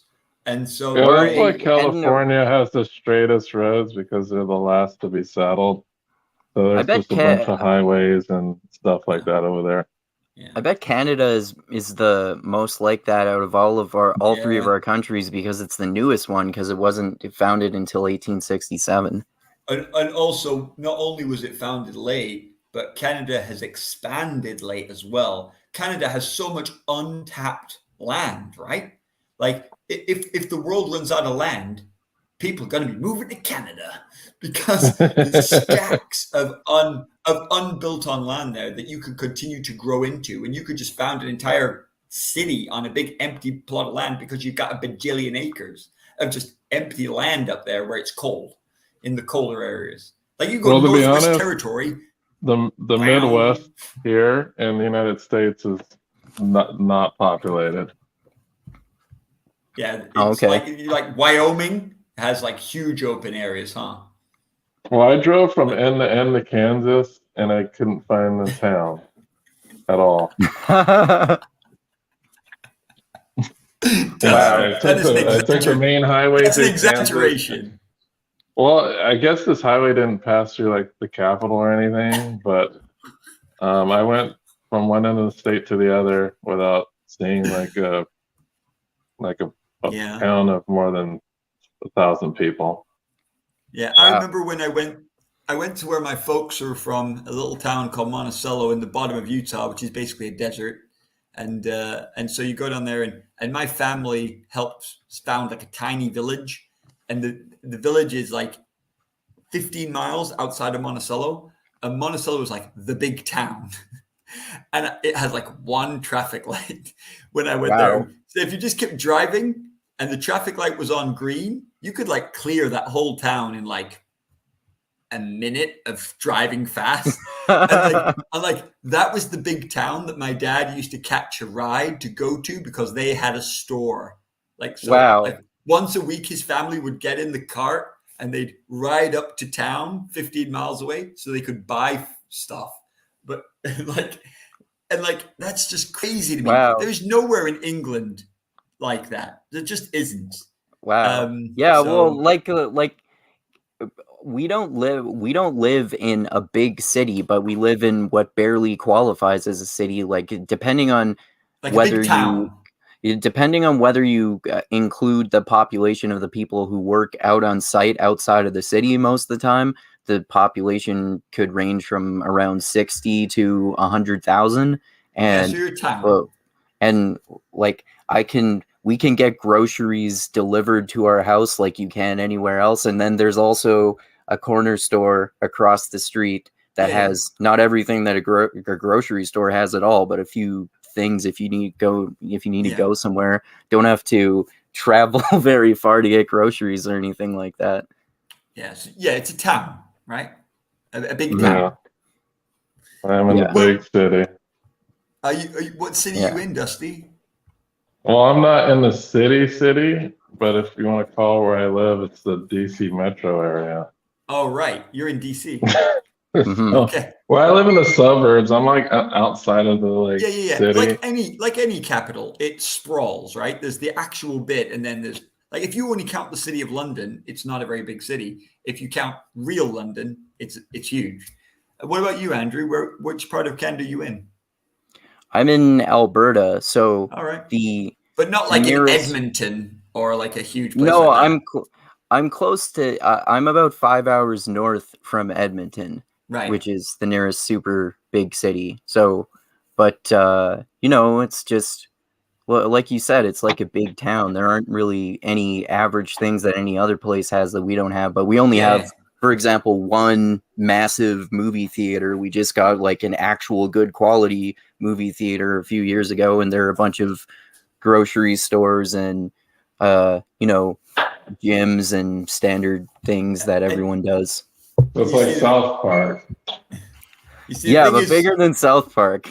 and the weird thing is, because of England being so crowded, like within 5 hours of me is like maybe 12 cities. Oh, wow. Yeah, because we're just cramped, right? Within 5 hours, I could be in London, Birmingham, Manchester, Newcastle, Sheffield, Leeds. I could be in any of them. I could be anywhere in my entire country within 5 hours. Oh, wow. Like that's how small we are compared to you guys. But it's just like the US has 10 times as many people as Canada does, even though our countries are roughly the same size, I think, No, too. you're bigger. You're far bigger. Oh, yeah. Okay. Yeah, I forgot about that. So we're really, really spread out in that way. You have a lot of unoccupied territory at the top it's still Canada, but like very few people live in it. Yeah, like the top half of the country is by far the least populated part of the country. And extremely cold. Yes, definitely. That's probably one of the reasons, I'm sure. Remember, Alaska is like the size of about almost half of the rest of the United States put together. Yeah, but you guys don't get all like the disastrous, like natural disasters. So you get. Yeah, you get tornadoes. Yeah. We get tornadoes, earthquakes, hurricanes, basically everything we get. You're so geographically diverse, right? You've got your tornado main street caused by those mountains, and then the mountains, and then it's like, oh, look, a big tunnel. And some of you are built on complete fault lines, like because you spread over so far. We don't have any fault lines because we're not big enough to reach one. Yeah, right. True. Like, you're not having earthquakes in Ohio. You're having them on like the San Andreas Fault. Yeah, and we got volcanoes too. And tropical storms. If you go to Texas or Florida, let's have tropical storms. But you're not having tropical storms. You're not having tropical storms in Montana. No, but you're having like crazy winter stuff up there. Yeah. So no matter where you are, you've got some natural disaster. Like, hey, we're in America, man. It's just the way it is. And then they're like, what are the natural disasters in New York? It's this. Bang. Oh, that's the natural disaster that is New York. Oh, we also got fires too. Yeah. You've also got Americans. That's like those are unnatural disasters. Anyway, I'm sorry to anyone who's still listening to us. I really am. This is so far from a book chat now. But we're talking about what are we talking about? I learned some new stuff about you guys, and I found that very entertaining. Yeah, we were talking about Sixth of the Dusk, and then somehow we got talking about geography. I have no idea. I think it's because some crazy guy outside was driving the wrong side of the road. Oh, right. Yeah. That's how that tangent started. Yeah. Blame Dusty. It's what I do. Yeah. Sorry about that. That's okay. Yeah. I forget what we were last talking about in terms of Sixth of the Dusk. We were just saying that the plot was very clever, nested plots, and the idea that the progression in the sci-fi fantasy. And you were talking about Ragnarok and the idea of being at the end of the world. Yeah. He's at the end of his civilization, but it's not the end of the world. And you were saying, Ragnarok. That's a good comparison, actually. I wasn't thinking about it in comparison to Sixth of the Dusk, but that's a good comparison, actually. Yeah. Yeah. Imagine if you called your son Ragnarok Apocalypse. That's going too far. Now, I know I just read this recently, not too long ago, but I forgot the complexity of how they create these birds. It has something to do with a tree. Yeah. Well, I remember, which we'll probably go ahead. So the birds are natural, okay? So the birds are natural, but one of the things that they find is that the mainlanders have been trying to take AVR and grow them on the mainland, and then they don't have powers. So like, oh, dang it. Because they were hoping to just nick the resources, but they realized that no, the AVR have to be raised on the islands, and only AVR raised there have powers. But we discover that Sack, the black AVR that he has, that Dusk has, was actually a mainland breed, but he has powers. And so Vathi discovers that, and so she challenges it. And because their relationship improves to such an extent, he actually admits to her what the truth is, even though she is in the company, like trusting her in many ways with the most valuable thing that they have. And the truth of it is that all the birds on the islands migrate to Pachi in their breeding cycle.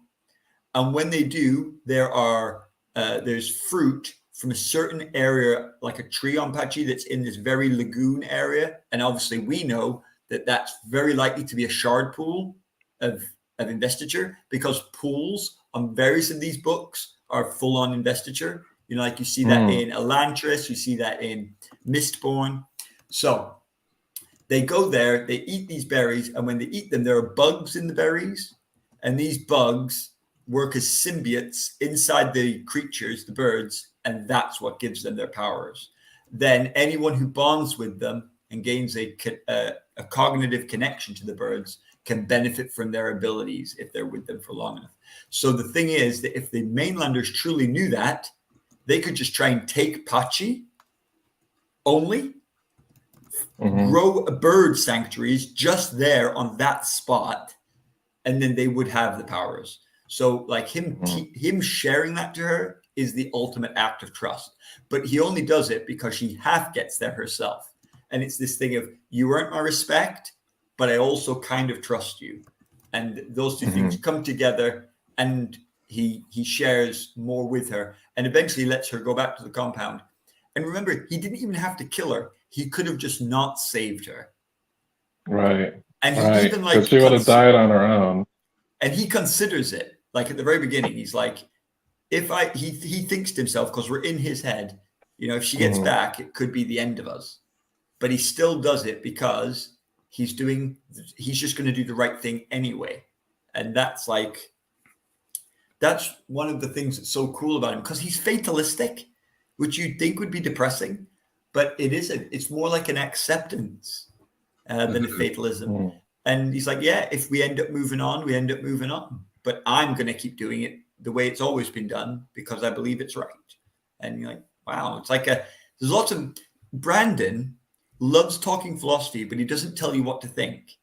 He throws out the ideas and says, you decide. You decide. That's actually, well, it depends on who you're talking about, I guess, but that's actually kind of the more true philosophical mindset to me, just kind of investigating questions. And a lot of philosophers take positions on subjects, but a lot of people who are more philosophically inclined, like I am, tend to just really be interested in asking philosophical questions and considering a lot of different answers about them, and finding positions interesting, even if I disagree with them, if they're unique in interesting way, like or even coming to the same conclusions as me for different reasons that don't make sense to me or something like that. Well, that's what this book's full of, right? Because who's right? There's Dusk's people who are like, trappers is the way and the only way. There's the mainlanders who are like, we need to modernize. We need to get these birds are our big asset. The off-worlders, who we're in a big universe here, they're interested in this. This is our big bargaining chip. The world needs this. We need to stop thinking of ourselves as clans and start working as a world in a big universe. So you need to give us this product so that we can all work together and be civilized and be a team. And the off-worlders are thinking, we need all the different kinds of investiture. We've got loads we could share with you. Come join us in the future so that we can all work on the same page, even though that will allow us to take advantage of you.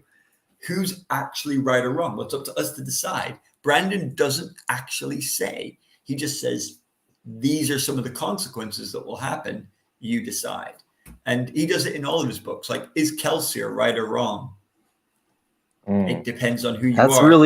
That's really debatable too. Well, and it's meant to be. Yeah. It's meant to be. And he's so like, basically you can have different positions on it, but he's kind of morally gray in that way, which is why he provokes so much debate and thought about whether what he did is right or wrong. Correct. And what about Dalinar? Like, Dalinar is in many ways the hero.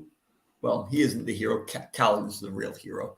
But Dalinar is one of the major important good guys, right? Yeah. And the book that takes place from, sorry to interrupt, but the book that takes place from his perspective, Oathbringer, is my favorite one in the Stormlight Archive series because he's such an interesting and kind of conflicted character. He is. And no, don't apologize for interrupting, because that's exactly the point. There are some fans who say that Dalinar cannot be good because he has been so bad. That like someone who is, in their view, a war criminal and mass murderer, they can't get behind him anymore. They can't be happy with him being portrayed in any way as a good character. And he's like General Buck Naked. Yeah. I don't know the character, but I'll He's just a go. He's a real person. He's a real person. He's a real person who was a cannibal warlord in Liberia who learned the error of his ways and became a priest. Wow. Yeah. Wow. Like he legitimate war crimes, like really bad stuff. But one of the other things again is that Roshar does not have the same morality as Earth in the place it's at right now, right? We would consider in some ways Roshar to be very sexist, for example. But in other unless ways, you're like in a more, like if you're talking about a more traditionalist, like Muslim country, probably that wouldn't be considered sexist. Well, it would still be Perhaps, sexist, yeah. but just sexist in a different way. Like it wouldn't be like morally wrong sexist. Well, it might. I think it probably would be. I think in a Muslim country, they probably think it outrageous that men aren't allowed to read. That's a good point. Yeah. Yeah, I guess it's so. definitely a sex. What I'm saying is, its morality is intrinsically different. It's had a different history from Earth, and it's got a different understanding. And like slavery is still a thing. Another example too. That's a good example, actually, better than the one I was going to say. I was going to say how it's considered a sexual thing for a woman to show one of her arms, which there have been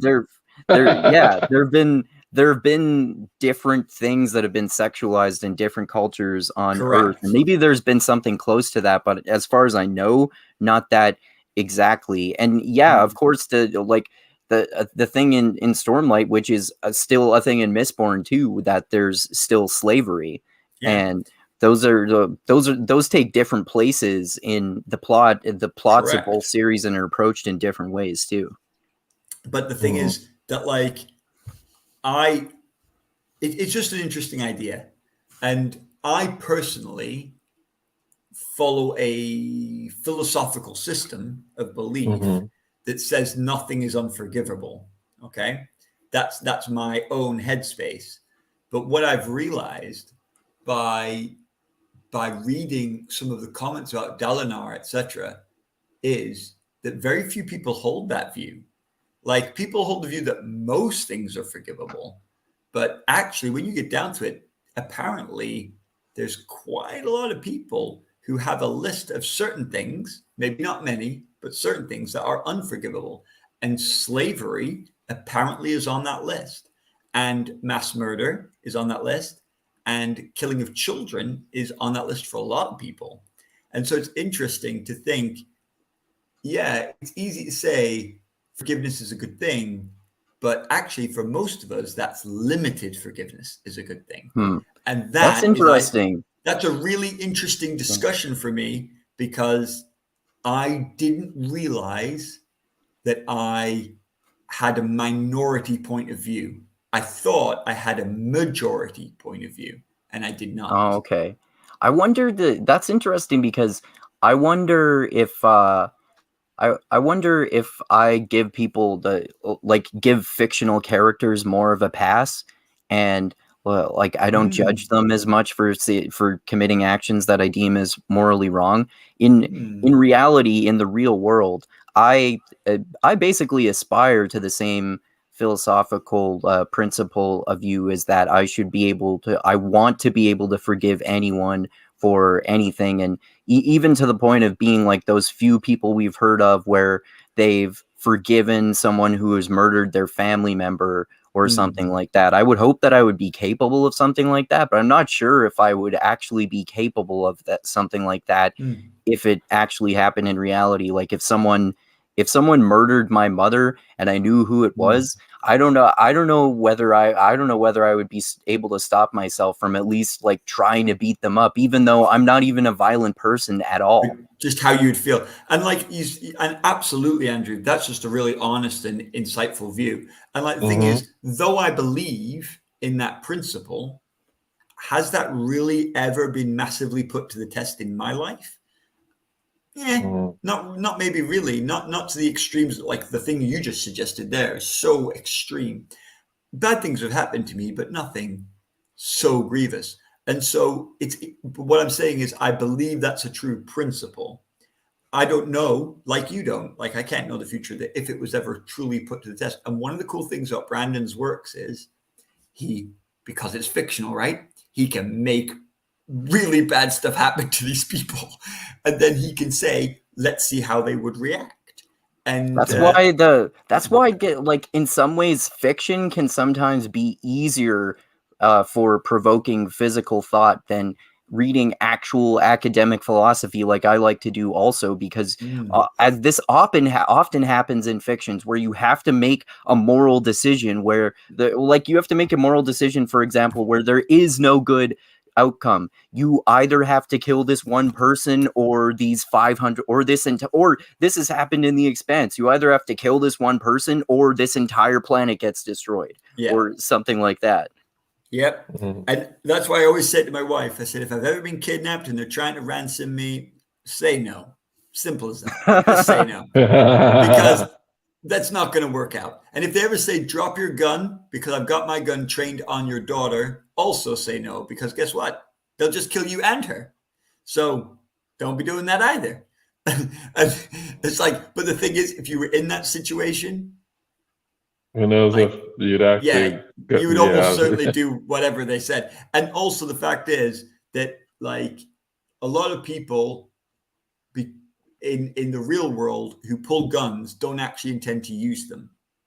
They fully intend people to back down. And this idea that if you back down, I'll back down kind of thing like the police will tell you that frequently if people will put down their guns, the other person will not actually shoot the victim, because actually they don't really want to psychologically.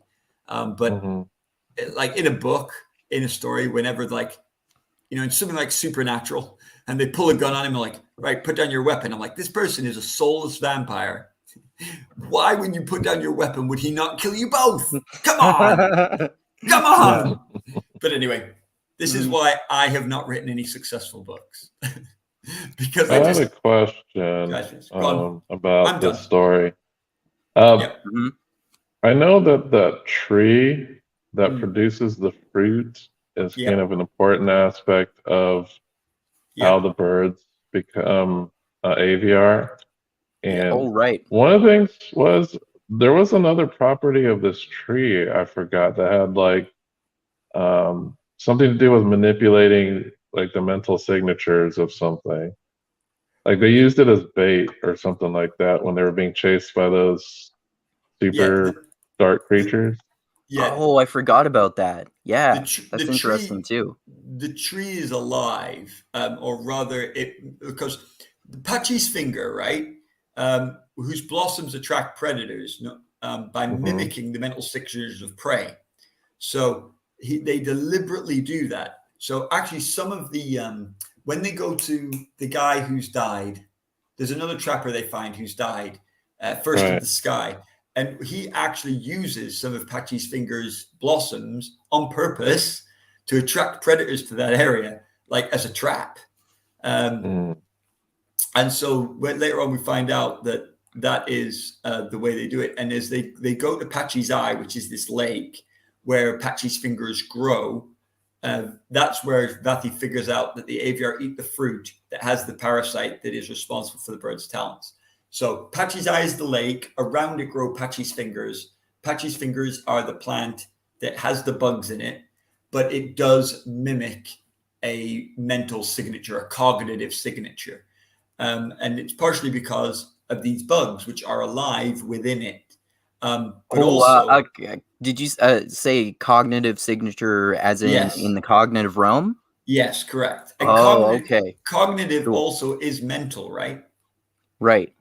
as we think we are, that's what the cognitive's from. And so, like, that's why a stick says, I am a stick, right? Because the stick is cognitive aspect is itself. But one of the things that you guys probably don't know, like, I'm really deep in the lore, as you probably know. But like, I do know that. one of the things that isn't in the books, but if you go and dig into words of Brandon, that Brandon lets slip at one point is that Pachi, as in the island itself, is an avatar of autonomy, the shard. Oh, wow. Oh, cool. So autonomy, the shard, has left avatars of him / her / themselves everywhere. Like autonomy, right? To be self-controlled. So he's made autonomous versions of its power and split them throughout the Cosmere. And Pachi is a confirmed one of those. The actual island. So it is kind of alive. Okay. Oh, wow. And that's cool. Yeah, it is pretty cool. And we don't, that's all we know. And that was just a word of Brandon. So it's probably far deeper than that. But like, that gives us some understanding that that's why the eye of Pachi is there. That's why the fingers give out cognitive signals, etc. That's why this place is so freaking invested and so freaking deadly. It's because that's cool. Yeah, it's Shardic investiture, my man. And so that's why we're going back to this world for dang sure. Oh, that's so cool. He does so many interesting different things with the shards throughout the Cosmere. And autonomy is bad. Like, not bad, wrong word. Like, there is no bad shards. But like, autonomy is like capable of the bad side of the coin. Yeah, like, well, just we know that autonomy is up for killing other shards if he needs to. Like, he's not mucking about, and that he has made a deal with Odium, at least at one point. And anyone who makes deals with Odium is typically bad news. Of course, what was the deal that he made with Odium? With the destruction of Dominion and Devotion. Oh, okay. So the autonomy made a deal with Odium to destroy 2 of the other shards. We do not know the details. It may have been to allow it to happen. It may have been to, like when Vin is being preservation and she's trying to fight Ruin. Mm-hmm. Like the way they fight, she almost like tries to distract him because you can't actually beat him. And so it might have been that autonomy did something of that nature, like peripherally to allow them to be splintered, because shards don't really die. So anyway, we're not sure, because shard on shard combat is something we don't really understand. But it's just, and anyway, all of this is just from words of Brandon. So it's not G-grade canon. It's not like in the books. But I'm just throwing it out there because I think it's an interesting factoid to help. No, that's fascinating. Yeah. And it also shows that shards don't always have to manifest as humanoids, which is like, of course not. But we always have seen them doing so. It's really fascinating that it can manifest as a whole planet. Well, that's so cool. And like Autonomy's main planet is oh dang it, the name eludes me. Frick. The place where White Sand takes place. Okay. That's Autonomy's main planet. Okay. So, but it looks like Autonomy's not happy with one planet. He's spreading out. He wants to take over and maybe create people called Trell. Who knows? Oh, it's I just looked that up and it's set on the planet of Taldane. Taldane. That's it. Well done. Well remembered. I did not have that in my head. I didn't either. Oh, did you look it up? Sorry. I thought you pulled that out of your head. No. I just looked it up. I Googled it. Oh. I didn't remember that. No. I thought you remembered that fact. I was like, wow, Andrew, I'm impressed.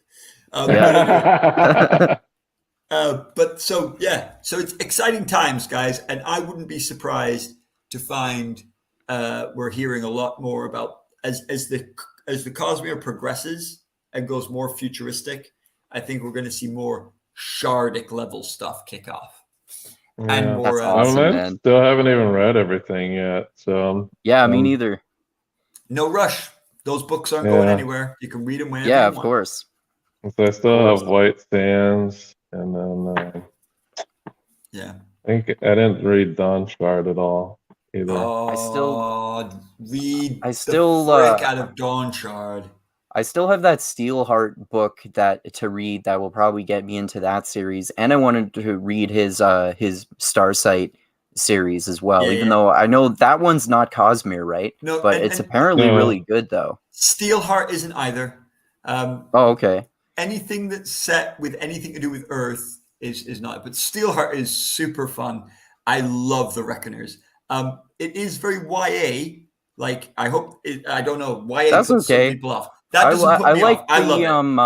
I like the Alcatraz versus the Evil and Librarian series. That was super YA. I usually like less YA than that, but I still like that too. But Alcatraz is written in a really weird style. It's like Pratchett-esque. It's like self-mocking. It's brilliant. But no, it's not like that. It's more young protagonist, superhero-y, like superhero assassins. That's what it is, and which is pretty cool. And Starsight is his full-on sci-fi, and it's really good fun. I'm reading the third one right now. It's great stuff. But anyway, everything the guy writes is gold in my opinion. But I am not the most analytical anymore. I've become biased. Hopelessly. Hey, that's good. That's good, man. It's good to do both though. Like for example, with when we were talking about the Wheel of Time TV series, I think we did a good job then of being both critical but also praising some parts too. Well, wait till next time when we do the Lord of the Rings one, and you'll hear some comments. I got thoughts. That's gonna be fun, man. I'm looking forward to that. So next time, that's I was just thinking about mentioning that next time we should talk about that Lord of the Rings teaser trailer, and I think we could probably talk about a little bit other fantasy news too, because we were talking about George R. R. Martin. Apparently, he's made some more recent progress on Winds of Winter, and also I don't know if you guys saw this, but the 17th Shard YouTube channel, which is like the nerdiest Brandon Sanderson YouTube channel ever. They did two read-throughs of preview chapters of the 11th Metal, the upcoming 4th book in Era 2 of Mistborn. So we could briefly talk about that too, even though we haven't talked about Era 2 of Mistborn yet. But I haven't. I'm not spoiling myself on Last Metal. Okay. Yeah, I'm not gonna check it either. Okay. Because I want to read that. I want to read that book unspoiled in November. Okay. I don't check out any chapter releases from any authors. Like I haven't checked I checked out anything from R. Martin. I know there's a bunch of different chapters he released. Like I wait until I get like the full I didn't know he released them. Yeah, he released a couple chapters. Oh, okay. With they probably changed so much between the time the first draft and the time that they're actually published too. But yeah, we don't have to talk about that. And then after that one, we should finally get into another book. And I was thinking, since we've been talking about Sanderson so much lately, we should finally get into doing a dedicated book chat to Best Served Cold, because we mentioned it several times, but still haven't done a full chat about it. Best Served Cold. I'd like to re-listen Let's do to Best that. Served Cold. All right. Also, whenever you guys are ready to do the next Wheel of Time, I'm ready for that too. Ready for Anytime. that? Oh, cool. Crossroads of Twilight.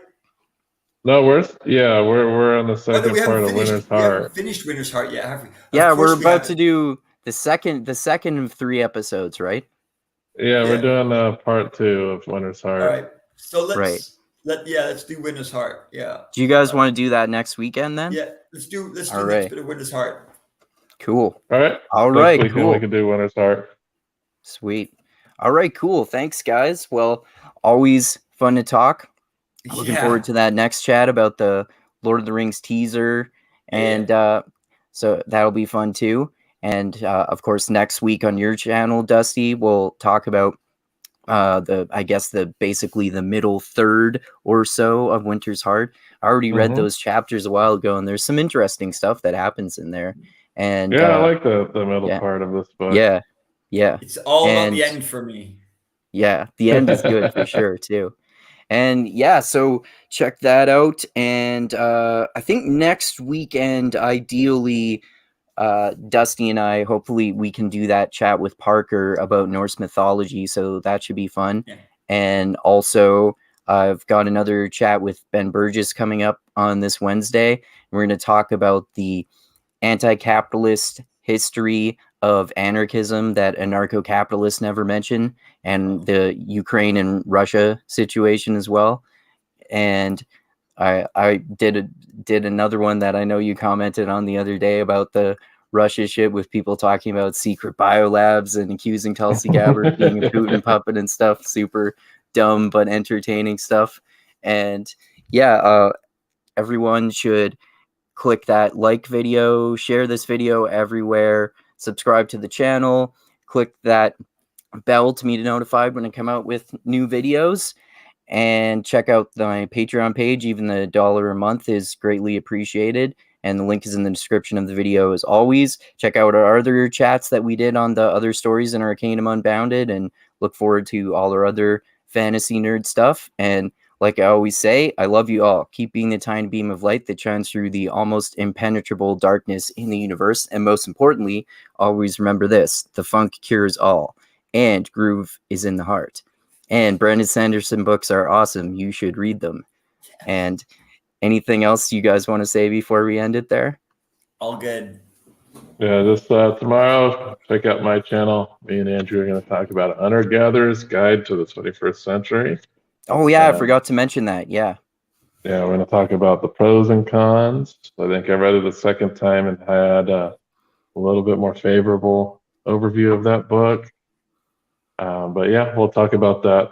And I have some things that I thought first when I read it that have completely changed the second time I read it. Okay. And Yeah, that'll we'll be fun to talk about. Cool. All right. Thanks again, guys. And thanks again, everyone, for watching. And adios until next time. Bye.